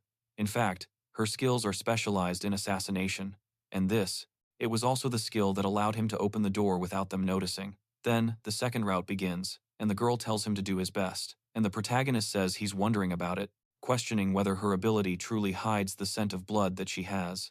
Then she asks when that happened, referring to the blood mark on her arm. Then the monsters surround her, and she is defeated, and the protagonist now realizes that only those things are left in front of him, several cyclopes and other smaller monsters. He charges forward, saying that he is sorry, but no one will be able to get past him, and the protagonist kills when he needs to, which is a huge point in his favor, and the protagonist, alone, defeats all those monsters and manages to kill each one with a single sword strike. He says, as expected, and they keep appearing, and there's no end in sight. But actually, he thinks this is better, since the stage has been set for him to use it efficiently. That technique. He tells everyone to come to him, because he will eliminate everyone by summoning some mana into the palm of his hand. Meanwhile, everyone is running for the exit, and he tells them not to stop, as the monsters will continue to chase them, and Laura says she already knows that. However, Baguyan talks to Yoro, asking if Eon was the one who killed that man with the trap, and asks how the hell he knows that. And he says he only obtained the information in advance. Then he remembers Pralis and Joro face to face. The boy questions what Yoro wanted from him. He talks to Sorion, asking if he is really a C rank, and the boy questions why he is asking that, and he says that, actually, Baron and he talked a little, and the boy that body was that of an awakened. Just then, another wolf arrives to join the first, surprising him, but his mother steps in front, slamming her shoulder into the wolf, and preventing, strong enough to finish off the Cyclops with one hand. They were wondering if he might be the one who instigated one of the rumors, and the boy already feels that his peace is in danger. So, Yoro says that if he really is that Sorium, he wants to know if he would accept the position of captain of the Hide, because he believes he's the most suitable for it and for handling things. Dealing with dangerous situations like this, and leading the team is right up his alley. He asks Sorium to confirm if he's really a C rank, but the protagonist denies it, saying that's what he would have said, saying that he is correct, and confirms that he is the Sorium from the rumors. Then, Joro asks if he hid that on purpose, and the boy replies that he has his reasons, but he was honest with him, because he saw that he was worthy of trust. Then Joro asks what he's talking about, and the protagonist apologizes, but he turns down his offer, as he needs to continue being the captain of Hyde, and says that after seeing him trying to give him the captain position to him, he became certain that he has the ability to calmly guide his allies, even in a crisis. Furthermore, he doesn't hesitate in sacrificing himself for the group. He is a reliable captain, and is much better suited to do this than him. So, he hopes that he will listen to his request, the only request he has. And the protagonist asks if he remembers that he had said earlier that he wanted to tell him something, and says that it has something to do with it, explaining that a murder will happen on that ride shortly. And he is incredulous at what the girl is talking about. And the protagonist says that he can explain it in detail, but he must promise him first, promise that he will get everyone out of there except for him. He then questions what the boy is going to do. He says he will stay behind, since he went there to catch a criminal, and John then thinks of the best newbie in the abyss, and it's because he's this skilled and famous type of person that it was from hitting her son. And as she shoulders that thing, the protagonist is surprised while fighting the other wolf, questioning what his mother is doing as she collapses to the ground. Possible for him to stay behind alone and buy time. But even though he is ready for this, he questions whether he can really handle the countless monsters in the dungeon. So he thinks he should stop focusing on it, because even if he's worried, he can't do anything, since someone like him would only be a hindrance to Surion. However, after thinking for a bit, he says that this really won't work out, and no matter how much he thinks about it, he can't leave Surion alone. He runs back, asking Surion to forgive him. Then Bagyan asks Jiro where he's going, and Jiro says he doesn't think he can keep his promise to get the others out of there. And he runs back after Prota, bursting the door open, only to find everything burning. He laments about what happened. Then, one of the monsters attacks Joro, but Prota uses the sacred flame at that very moment and burns the monster. Jiro is beyond surprised, while Prota is also surprised to see him there, noticing other monsters coming towards them, and then he uses the flame on his sword again, slashing and burning the monsters in one fell swoop, and Joro's mouth drops open seeing that, and when the boy falls to the ground, Joro runs to sorry, but Prota speaks to him, questioning why he came back, because he thought he had told him to get out of there. He apologizes, saying he couldn't bear leaving him behind, and asks how Taquinho is. Prota replies that they took care of him. In fact, to be exact, the monsters finished her off, and he says he came back in a hurry, but Prota had already cleared everything, and says he didn't help at all. But Joro disagrees, saying that he can still be useful, because that's really where things start to happen, where that portal begins to change and become more threatening. And coming out of the portal, trash appears, and Prota says it's finally the appearance of the boss. Completely breaking apart, he notices that she saved him, and then he pulls strength from nowhere, kicks the dog away, and rushes to his mother, shouting her name. Then he asks why she did that, and this is where things are going to get ugly. And seeing that thing, Joro wonders, what the hell is that? Prota replies that, as he said, it's the boss of the dungeon. Joro questions if he's saying that the boss is a monster, skeleton like that, but then the boss speaks to him. Calling him a skeleton monster is a bit rude. He is even more surprised when the skeleton speaks. Then, he says that he would like him to call him by his title, instead of something unpleasant like skeleton. Then, Jay questions what that title is, and the boy presents himself all cocky, as a priest of darkness, a total light. Cocky. But the protagonist tells him not to act like that when he only gave him a rabiola powder level of power. However, Jay really understands what the boy is saying, and the protagonist says that he is not a real light. And, to be exact, he is a creature that managed to partially become a light, and the magic power density count of a real light is on another level. However, B doesn't accept this, asking if he thinks that he would fall for such a pathetic provocation, but the protagonist insults him again. Rabiola powder weakling. He keeps barking and doesn't bite. You windbag and fake light. And the light, seeing the boy, teasing him relentlessly, he becomes enraged, calling him an arrogant wretch, and declaring that he will finish them off and feed them to his monsters, invoking his magic to bring the monsters back, even though they were burned to a crisp. In horror, he notices the corpses rising, and the protagonist realizes that even as a half-lich, he is still a lich, and therefore able to command the dead. The dungeon's change to yellow is likely due to his influence. Eros questions why he had to provoke someone like him, but the protagonist reveals that he did it on purpose, ensuring that he would focus on him first. He then invokes the sacred flame on his sword, creating a circle around the two of them. Jiro is surprised, as the protagonist tells him, because I'm really enjoying this new direction the channel is taking. So, let's dive into the content and this wild manhwa. And, at the very beginning, they ask a boy to save the world, calling him a hero, but because it's dangerous. And she says, smiling, that she's fine, and that he should run away to save himself. The protagonist, noticing how determined she is to save her son, becomes very angry, and that he doesn't want to be rude, but he's not at a level to face those monsters, and it won't be easy to fight while protecting him. He is dejected, understanding what the boy is talking, and the protagonist says that the undead shouldn't be able to enter this circle, so he should only attract the monster's attention without leaving it. But he asks what the boy is going to do. The protagonist says that his opponent is that guy up there, going all out against the elite, but when he attacks, the monster moves out of his way. The boy is surprised, falling without being able to hit him, and the elite mocks him, flying around casually, full of swagger, saying that he is too fast for the human, and that he won't be able to touch him. And Froda questions whether what just happened was a teleportation, as leeches are not strong creatures in hand-to-hand combat.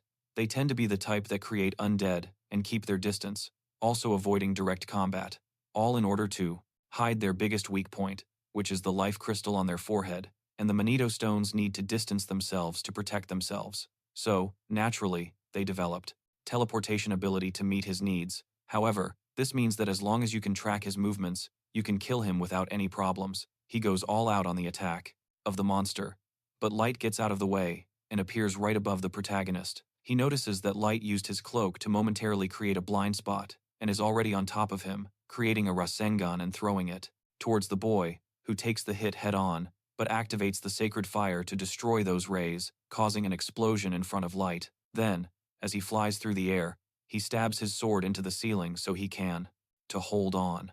He wonders if he finished off that monster.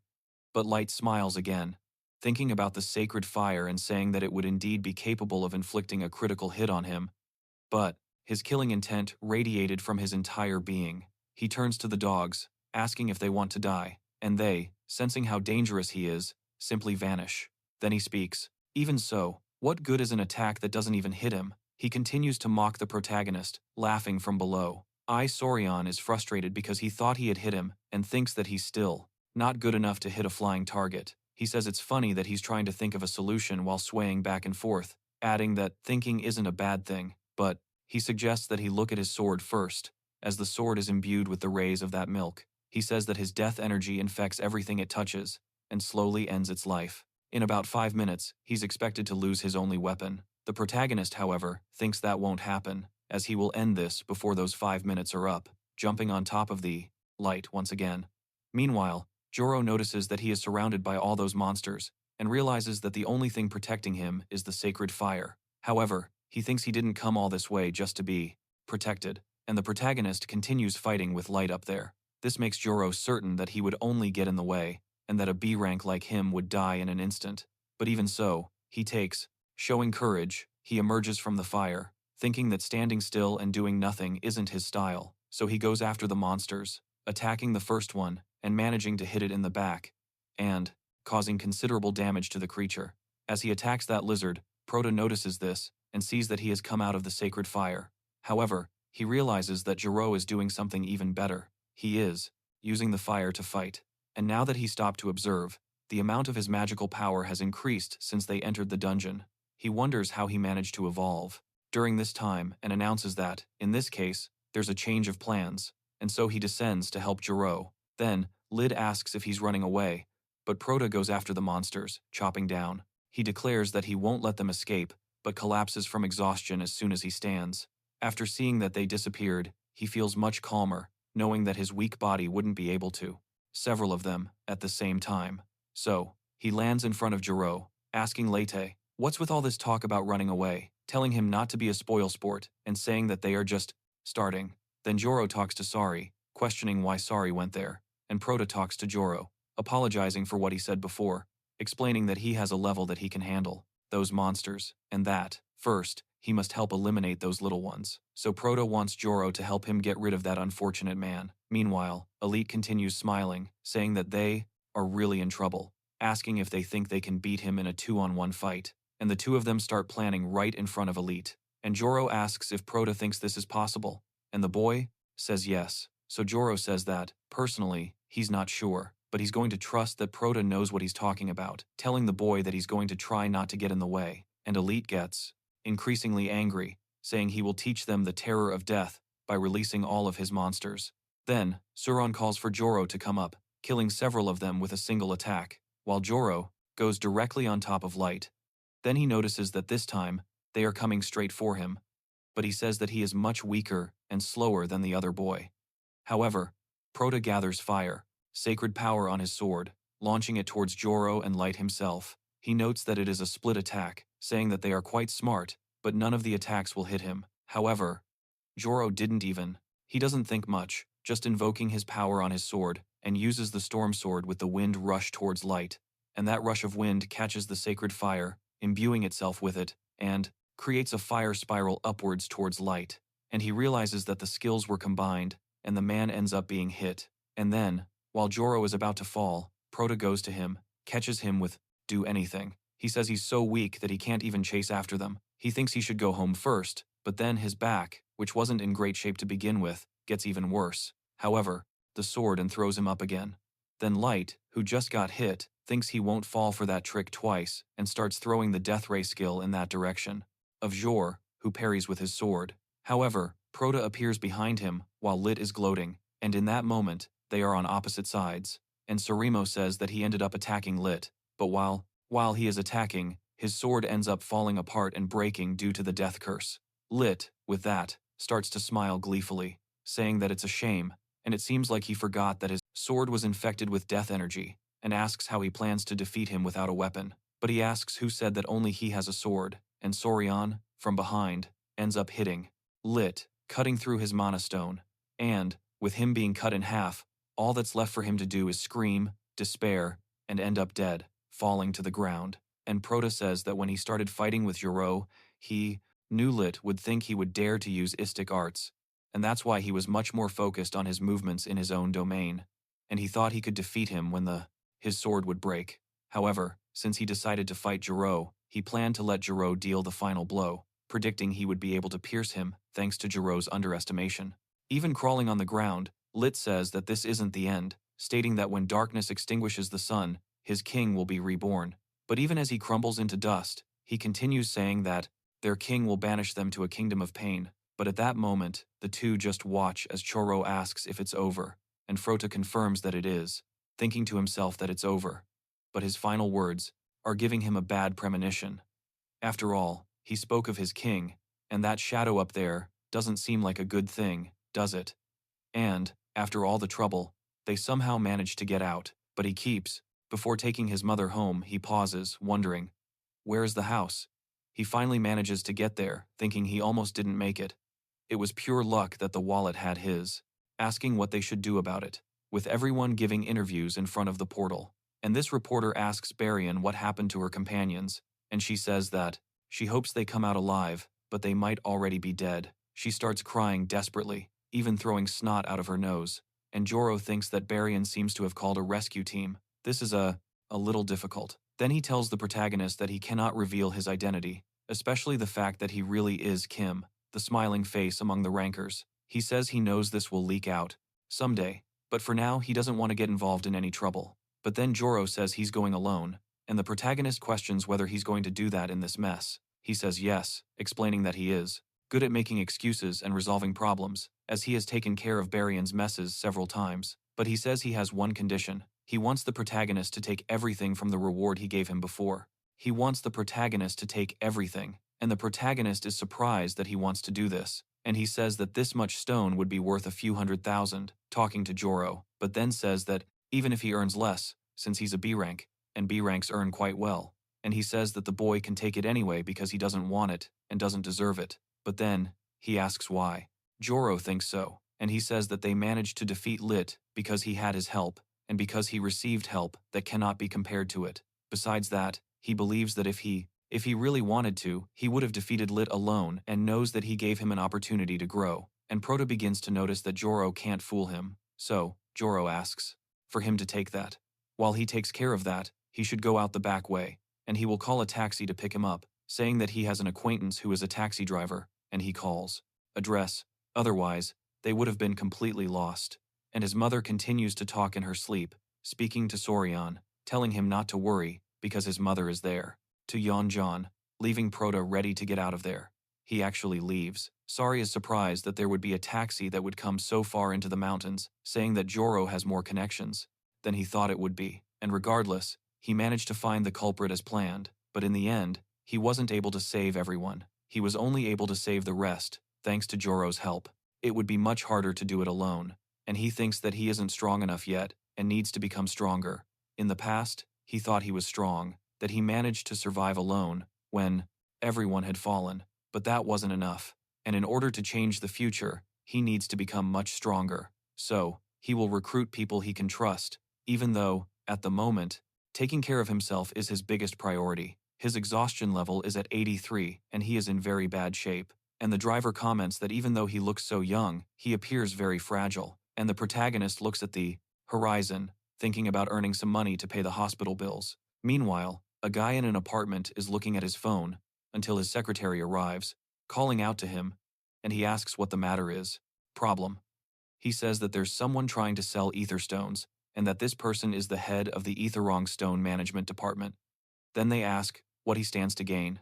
Sell those stones, and when he receives the case information, he notices that the seller is a C rank, and asks if they can't handle someone like that on their own. But then the secretary speaks up, explaining that he brought more than 500 grams of etherstone, which greatly surprises him.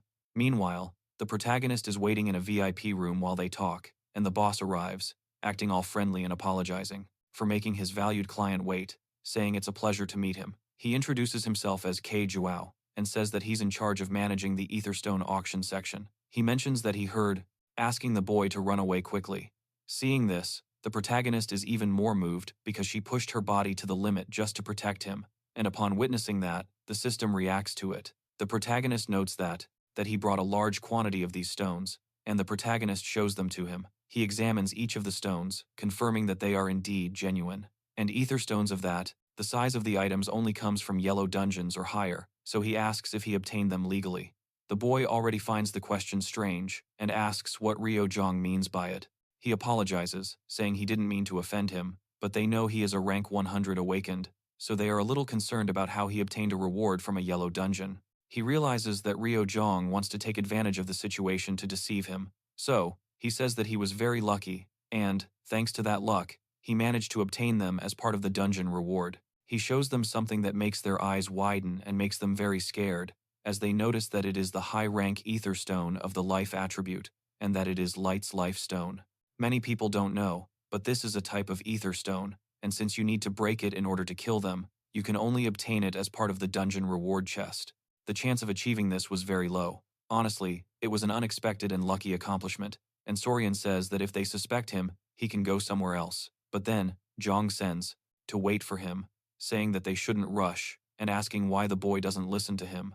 Then he notices that the stone isn't even there anymore. The protagonist says that he will only wait for this once, saying that he will listen to the offer just one more time, and they are both scared to death, and later that night, he receives an absurd amount in his bank statement. It's 600 million for that much, and he thinks they offered a fair price.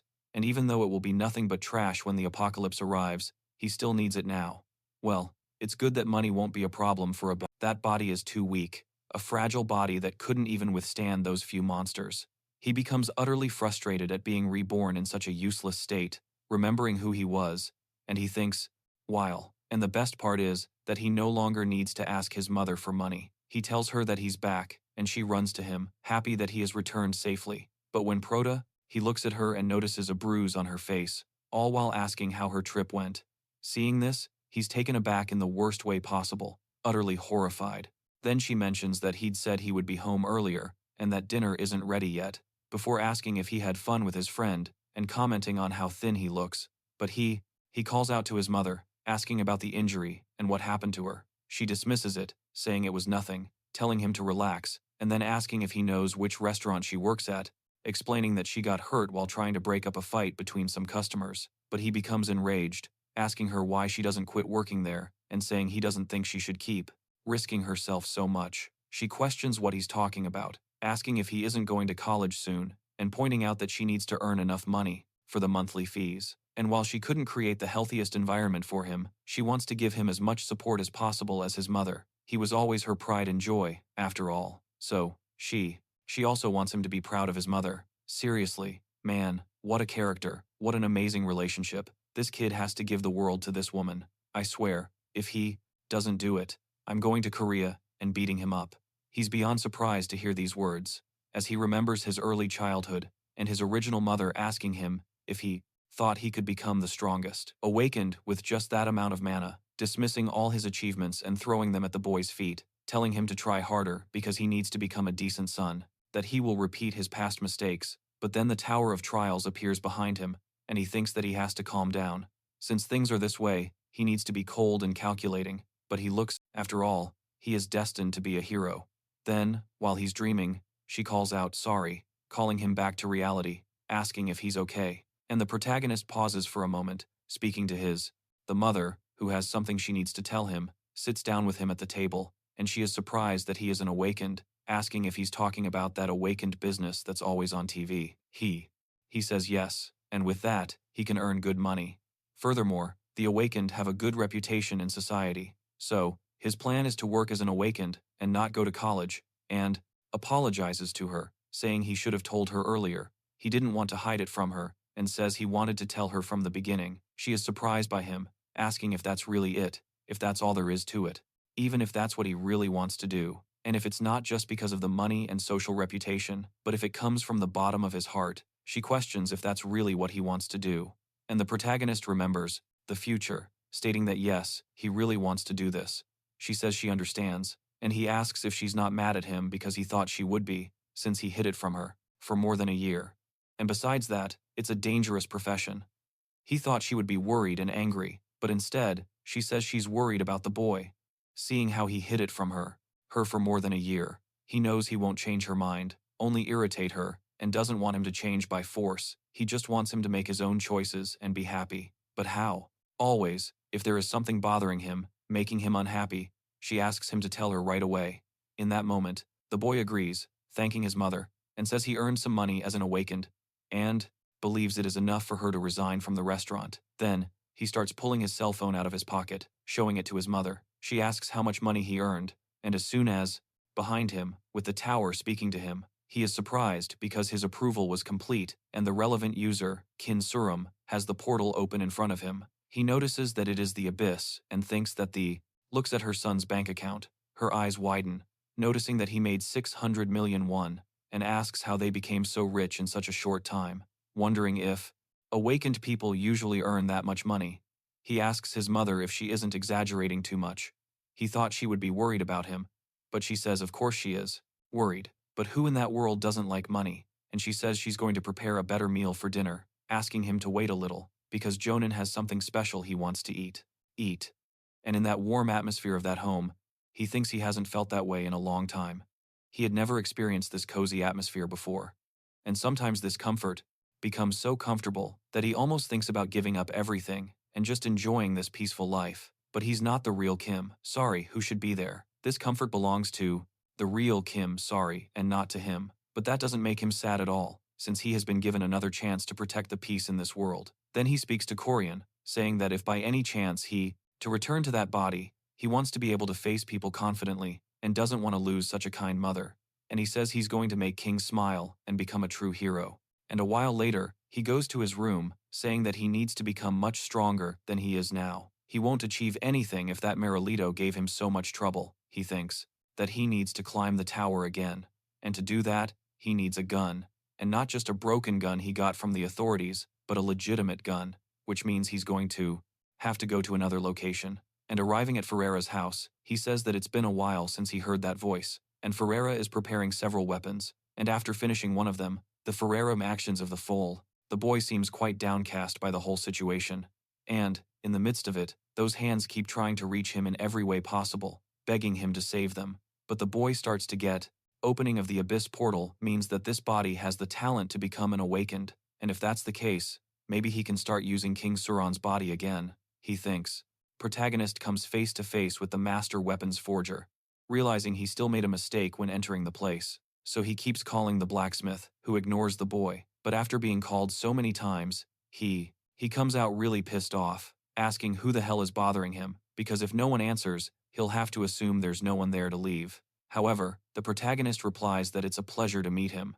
He doesn't understand anything and asks who the hell that boy is, while the protagonist just smiles happily at the blacksmith. Then, he talks about the sacred sword Balmung, and its name comes from the sword used by the hero Sigfrido. Its name means a sacred sword that kills dragons, and that was the weapon that King Sonin used in his past. The ultimate sword created with countless precious materials along with the efforts of various awakened. And the one who forged Balmung was the master weaponsmith, the old man who still made mistakes, and in the past, he went back to review what he still got wrong.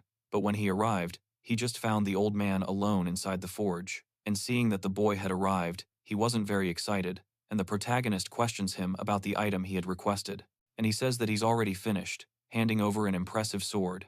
He then adds that it's one of the best swords he's ever crafted.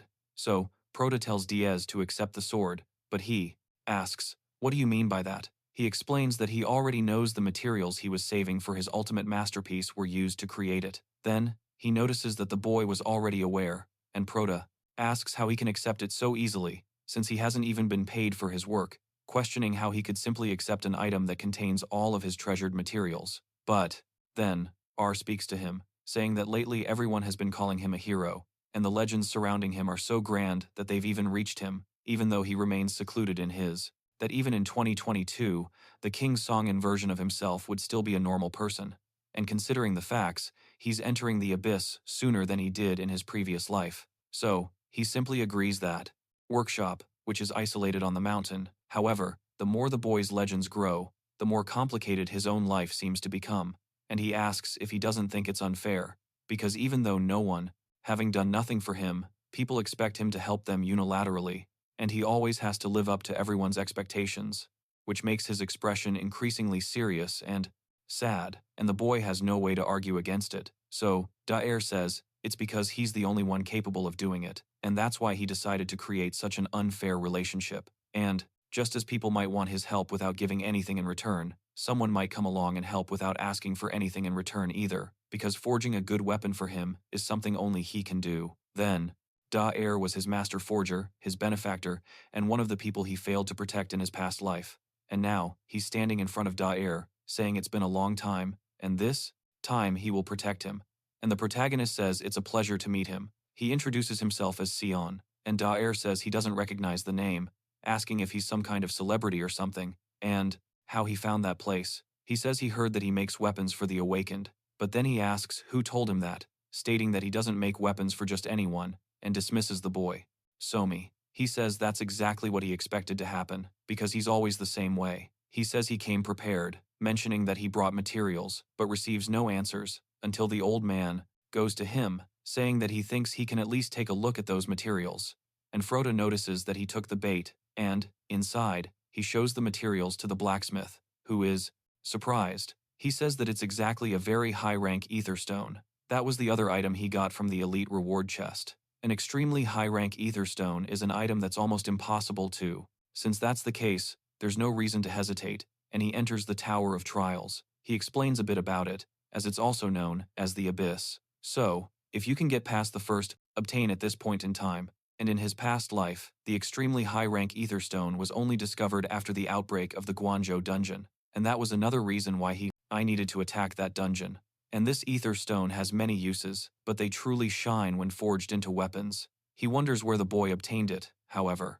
Sorian asks if he really cares, and the old man says, of course not, asking what he wants. And Prota says he wants a sword, and would like him to forge a powerful sword for him. And he says that he thought he was some kind of spoiled brat, but if that's what he wants, he came to the right place, saying that he doesn't need to pay, since he brought a sensational material, and thinks that first they have to sign a contract, but Prota says that they don't need that.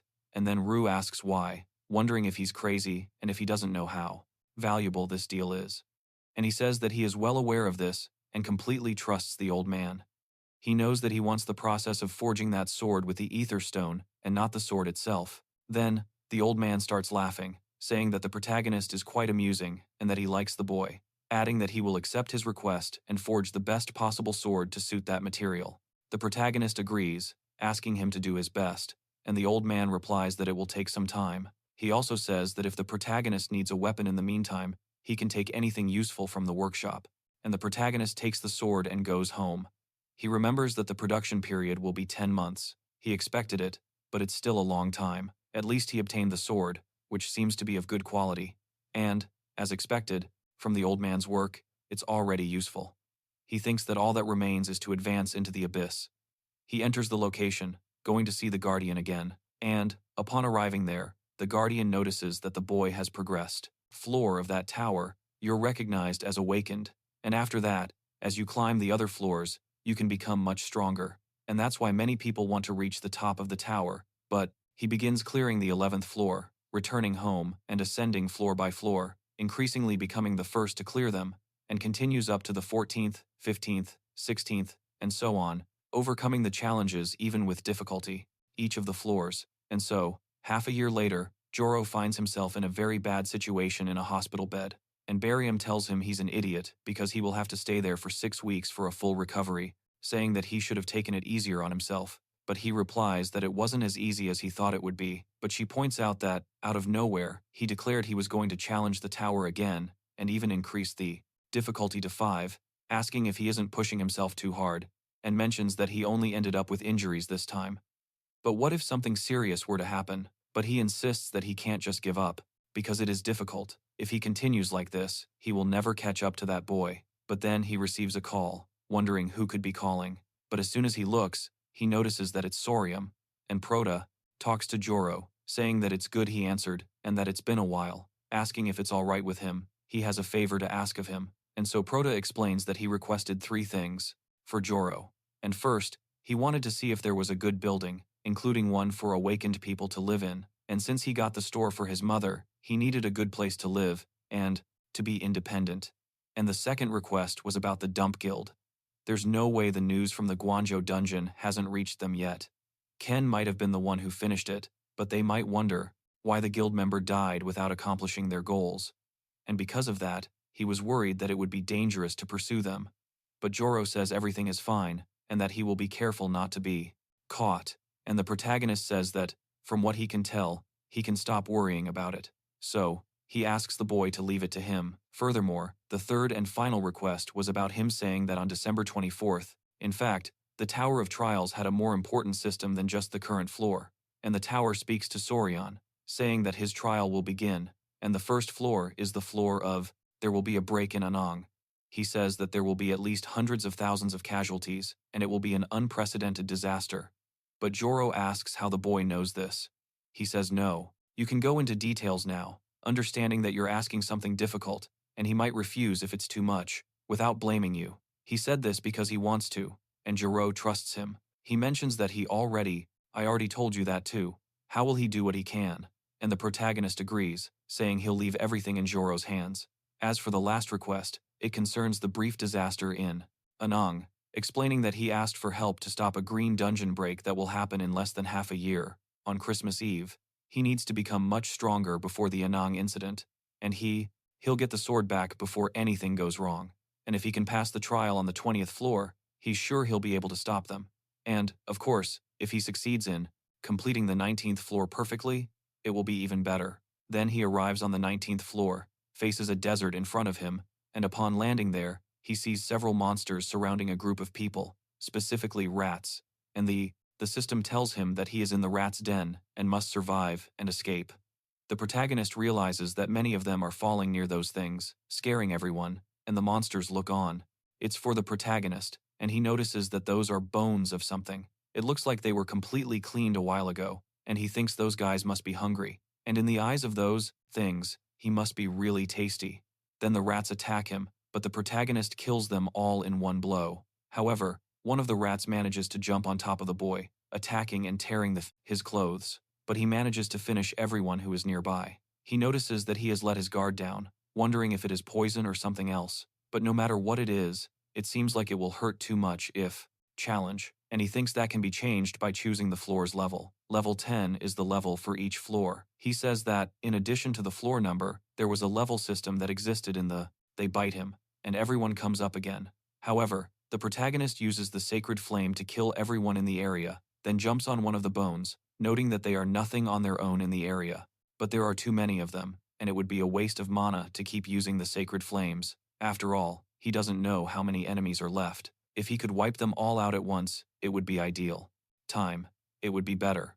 But at that moment, the rats begin to climb the bone he's standing on, and the protagonist has to jump to avoid being bitten. He realizes he doesn't have time to formulate a strategy, and continues killing the rats, while more of them try to climb up to him. Then, he slides down the bone, cutting down every rat he can see, until he finds a hole in the ground, and notices cracks in the pavement, wondering if there's an open space beneath. He realizes there's only one option: to use the sacred flame, throwing it into the hole to widen it, and then going down there to finish them all at once. So, with his sword stuck in the ground for leverage, he kicks the weakened spot to break open their hiding place and enters their den. And after creating that crater in the ground, he goes underground and discovers a lost ruin. Looking around, he notices that it seems he was right about the open space, and believes this is the true location for the trial. So, he sees a mouse nearby, realizing it's the only survivor. He wonders why it seems so afraid, and the mouse suddenly scurries away, accidentally stepping on a trap and triggering it, being impaled by thorns. The protagonist begins to understand the nature of this place, and several torches ignite around him, lighting up the path ahead.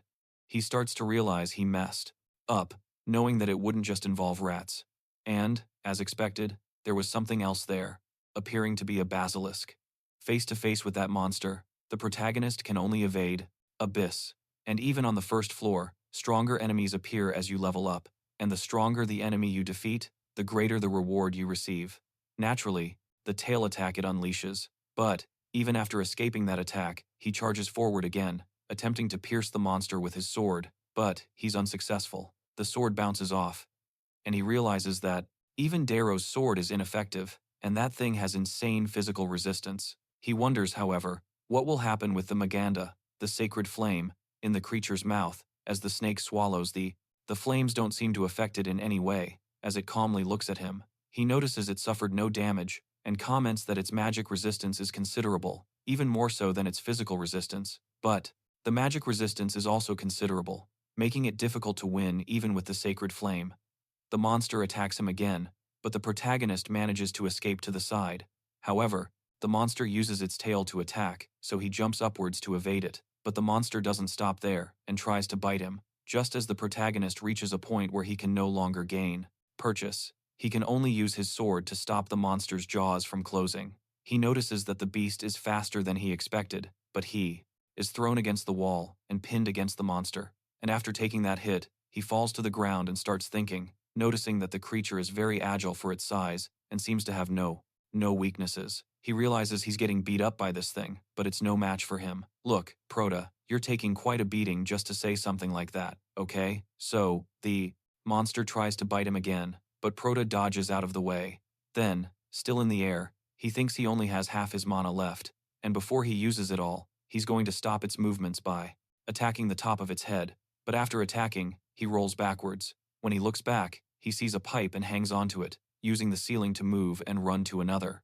It is natural that he needs to face much more danger and put in much more effort. So, the two things are linked. High risk, high return. At that moment, the first floor forms in front of the boy, and he heads to direction. He thinks that no matter how high its magic resistance is, it will still hurt if he attacks that area, hitting the side of its head, almost near the eye. So, the monster starts thrashing around, whipping its tail towards the protagonist, nearly hitting him, forcing him to use a bridge to evade the attack. Then, he counterattacks, charging back in with his sword imbued with magical flame. Now attacking the lower part again, its most vulnerable area, the snake thrashes violently from the attack, throwing the protagonist away, and, growing increasingly enraged, it launches a full-force assault on top of the boy. But then, he simply smiles, and the snake realizes it has made a grave error, as it finds itself completely tied up and trapped, with only its face near him. He comments on its resistance to physics, magic, and even the impressive regeneration that the creature possesses.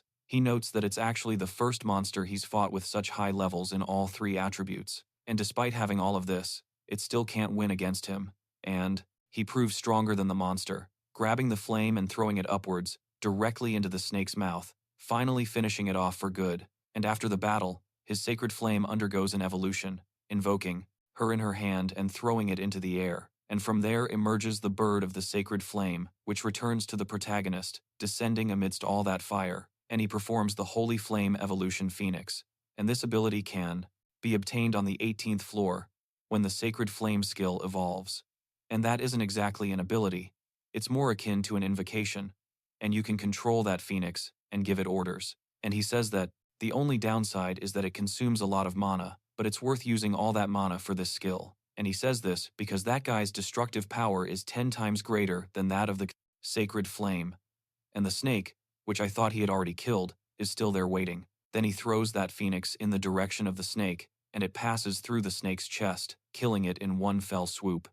And a Colosseum, and that trial will be set to the level he chose. He thinks that's why he chose level 10, but he wonders if everything will be okay, because even in the past, his finishes the 19th floor with mastery and feels more relieved because it's finally over. As the difficulty in the Tower of Trials increases exponentially every 10 floors, this means there's a high chance he'll run into big trouble on the 20th floor, just like he did on the 10th, and he's already done everything he could in half a year. Now, there's only one thing left to do. Go back there to give, looking for the sword he commissioned from the blacksmith, and then, everyone starts commenting on the ranking, and it seems he's done it again. The protagonist achieved rank 1 on the 19th floor. They question how someone could complete the 19th floor with such a score. This means he's been at the top of the rankings for 9 floors for half a year. They wonder who the boy is, and he also ignores all calls from the Awakened Association. And they've heard that he also doesn't respond to any recruitment offers from the famous guilds, and nobody knows who he is. He's mysterious, but Joro knows the information, and the protagonist goes to meet him. all excited about the boy's arrival. He says he's calm, that he just arrived, and the most important thing is, on the subject, he asks if the boy liked the car he got for him. The protagonist replies that he thought it was a bit too extravagant, and Joro questions him about this. He tells him to do him the favor, because the least someone like him should do is drive a car like that. He adds that when he asked how he usually got around, he said he just took the subway and buses. He says he has no idea how shocked Joro was, and mentions that awakened people need to move around a lot. That sports car has 8 cylinders, as well as a natural absorption engine, and several other things, but the protagonist tells them to stop and talk inside. Once inside, he asks how the boy has been, and if his highest level was only 8. So, he stops thinking negatively, telling himself that he still has to do this, because if everything goes as it did in his past life, he will eventually end up. Preparations for the 20th floor are going well. The protagonist confirms, saying he has been delaying it because he was waiting for something, but luckily, he was told to pick it up today. Thanks him for finding a new home for them and a shop for his mother. Joro is happy to help, asking where he mentioned they lived, and he replies that it's Ansan.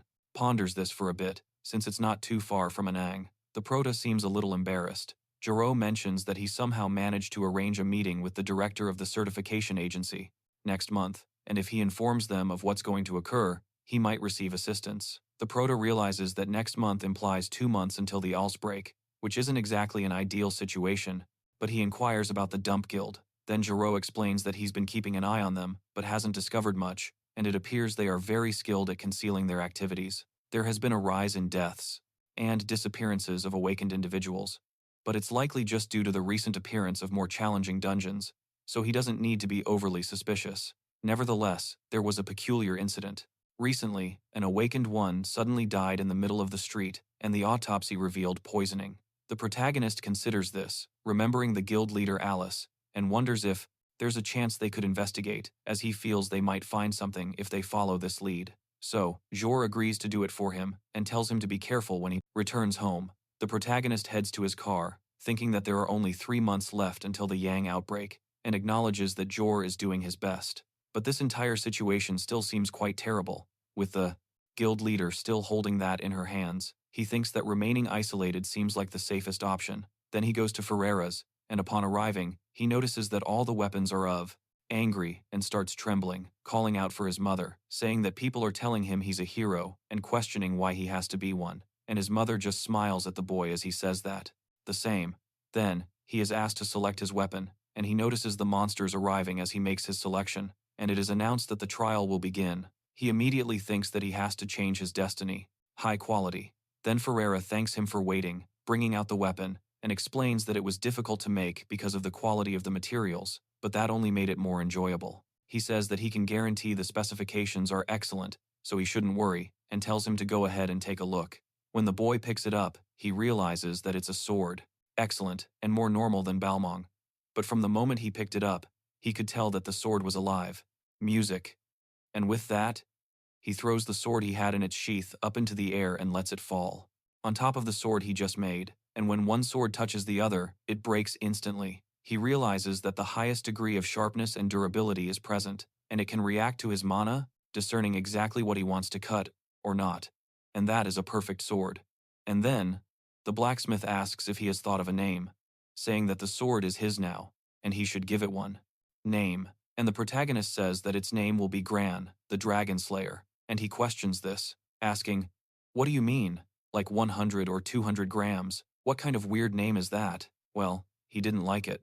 A lot. But Proto explains about GR, saying it's another name for Balmung in northern European countries. He can't use the name Balmung again, but he doesn't want to give up the meaning of a name of a sword that kills dragons, especially since he will fight one. So, at night, he says he's going to see the old man, and immediately asks why he doesn't have some tea before leaving.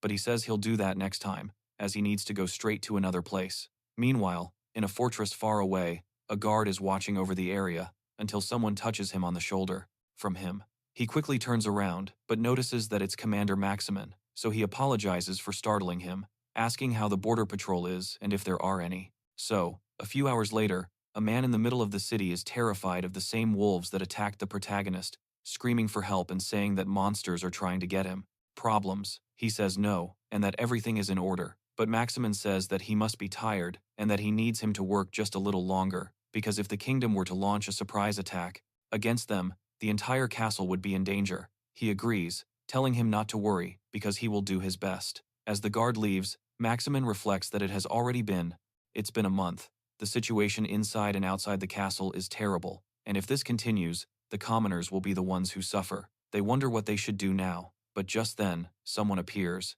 saying to Maximin that he seems preoccupied. Startled, he quickly looks over and asks if that guy has arrived, referring to the ultra-suspicious guy as a retainer. He asks what brings him to this area, questioning whether he shouldn't be assisting His Highness. The retainer replies that he came to check on the guards. Then he inquires about the current situation, and Maximin explains that they are doing everything they can to protect the castle, but they are not in a favorable position.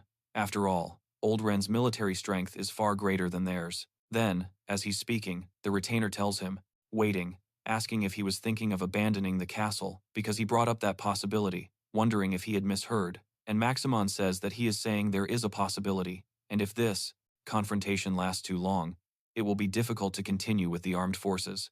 So, if that's the case, he will do it. But the retainer says that he can't. They will all die there together before even considering abandoning that castle. And Maximin finds this strange, wondering how he can say that, since it's not like he's going to join the battle. And he asks what the retainer thinks a soldier's life is. And not long after the declaration of war came from that man, who was apparently His Highness's first-class retainer, came to them as, will anyone help him?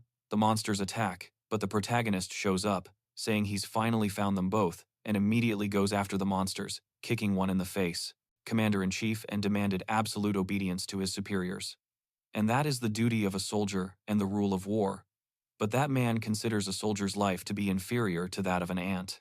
Maxima asks how His Highness could appoint someone like that as commander-in-chief. Then, the retainer tells him that, in any case, he shouldn't entertain unnecessary thoughts, and should just endure it for a month. Another month, asking if he isn't more than capable, calling him the hero of the ancient kingdom, Captain Maximin, and he thinks about enduring it for a month, and speaks to the retainer, saying that nothing will change even if they endure it. But then the whole castle begins to shake, and he questions what is happening. And then a soldier arrives, calling for Maximin, because they have a problem. And there was an unexpected external attack happening right now at the castle gates, and the protagonist arrives there, smashing everything. And a few hours before, in front of the 20th floor entrance, the protagonist arrives near the gate, and finds yet another drunk lying there. He questions what they have there, since he is the doorman of the 20th floor. He says that the boy has a rare sight these days, and asks if he came to him seeking advice. He replies affirmatively, inquiring if that guardian could assist him. He admits he doesn't know, adding that perhaps after hearing a single proposal from him, if the guardian approves, he will help. And the protagonist says that's what he expected, since the gatekeepers become more cunning with each floor they pass. Then, the boy says he will give him 100,000, which the gatekeeper doesn't quite understand, and is surprised. The boy says he's going to give him 100,000 points, asking if that's sufficient, but the gatekeeper starts laughing, saying that he can pay an amount that most people, it would take 10 years to accumulate, remarking that he's truly different and asking where he's headed. He says he's considering challenging the floor at level 10, inquiring if there's anything he should, first, and using his umbrella to stab the second. The one who was kicked is thrown back, terrified of the boy, and Sorium asks if he didn't say he wouldn't let him leave alive. He needs to be careful about. He tells the boy not to worry, because he won't die there, and others will die before that happens, although he shouldn't kill anyone, if can't help it. And the boy doesn't quite understand. The doorman says that, furthermore, he must be aware of what his objective is at all times. He asks if that's all there is to it, and the doorman says, yes, but he says he has already given 100,000 points. However, the doorman says that's all there is, and tells him to come in quickly. As soon as he passes through, he notices that things are like that again. He always speaks in riddles.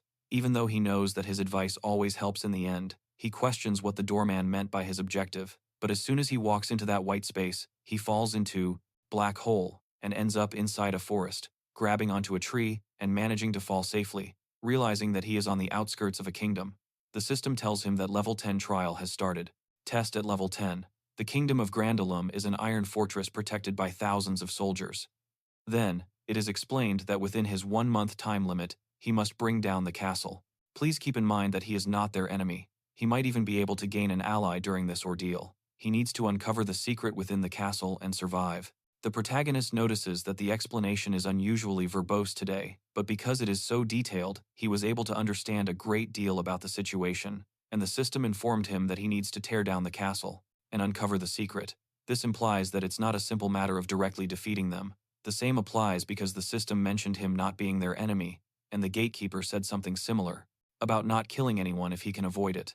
He believes this means he should avoid unnecessary battles, but he questions how to take down a castle without fighting. Then, during the night, he let him leave alive. The wolf doesn't understand, and the protagonist tells him not to worry, promising that he'll be next, stating that the awakened Kin Rum beautifully completed the first floor, level 10. Continues to think about it, and notices that there is a thick wall in front of him, truly deserving of the name Iron Fortress. The guards and mercenaries on duty are also quite skilled, and even possess some people who can use magic, and they must be at least C rank in terms of awakened. They are abundant, countless, and have a great geographical advantage, so he has to tear down the castle, but he must not kill anyone, and he also has to discover its secret. He has 1 month, a reasonable amount of time for approval, but he doesn't have that kind of luck. After thinking a little, he says that he's decided to go to the gate, scaring the guards who were there. He says he doesn't need to overthink it and will just do what he's always done, a face-to-face confrontation, and he tells them that he is a traveler passing through, apologizing and asking if he can spend a night in the castle, but the guards ask if he is crazy and what kingdom he thinks he's in, asking if he can't see that they're prepared for battle, and the protagonist thinks that, in the 2 months he has until the outbreak, he needs to finish the trial as quickly as possible and go, making preparations. Then the protagonist says he understands, grabbing his sword and apologizing to them, because he'll have to force his way in. He jumps over them, landing on top of the gate, and cutting through everything with his sword, bringing it down, and everyone is scared to death by all that destruction. The protagonist then stands in front of the destruction, entering their fortress without killing anyone. I'm finding strength, my friends. I'm liking this protagonist more and more. If you're enjoying it too, don't forget to leave a like, because I want to keep posting content like this.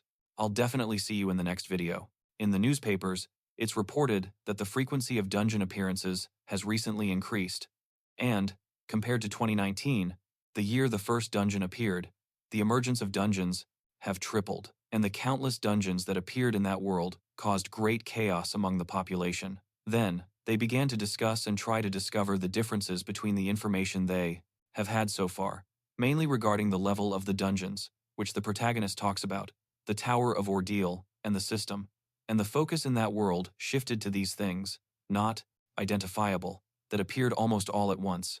Interest in and the desire to master these things increased as the days went by, and it is said that, in the meantime, the energy sources that came from the dungeons, the ether stones, continued to diversify and began to experience a huge increase in price, and the rewards received in the dungeons not only helped in everyday life.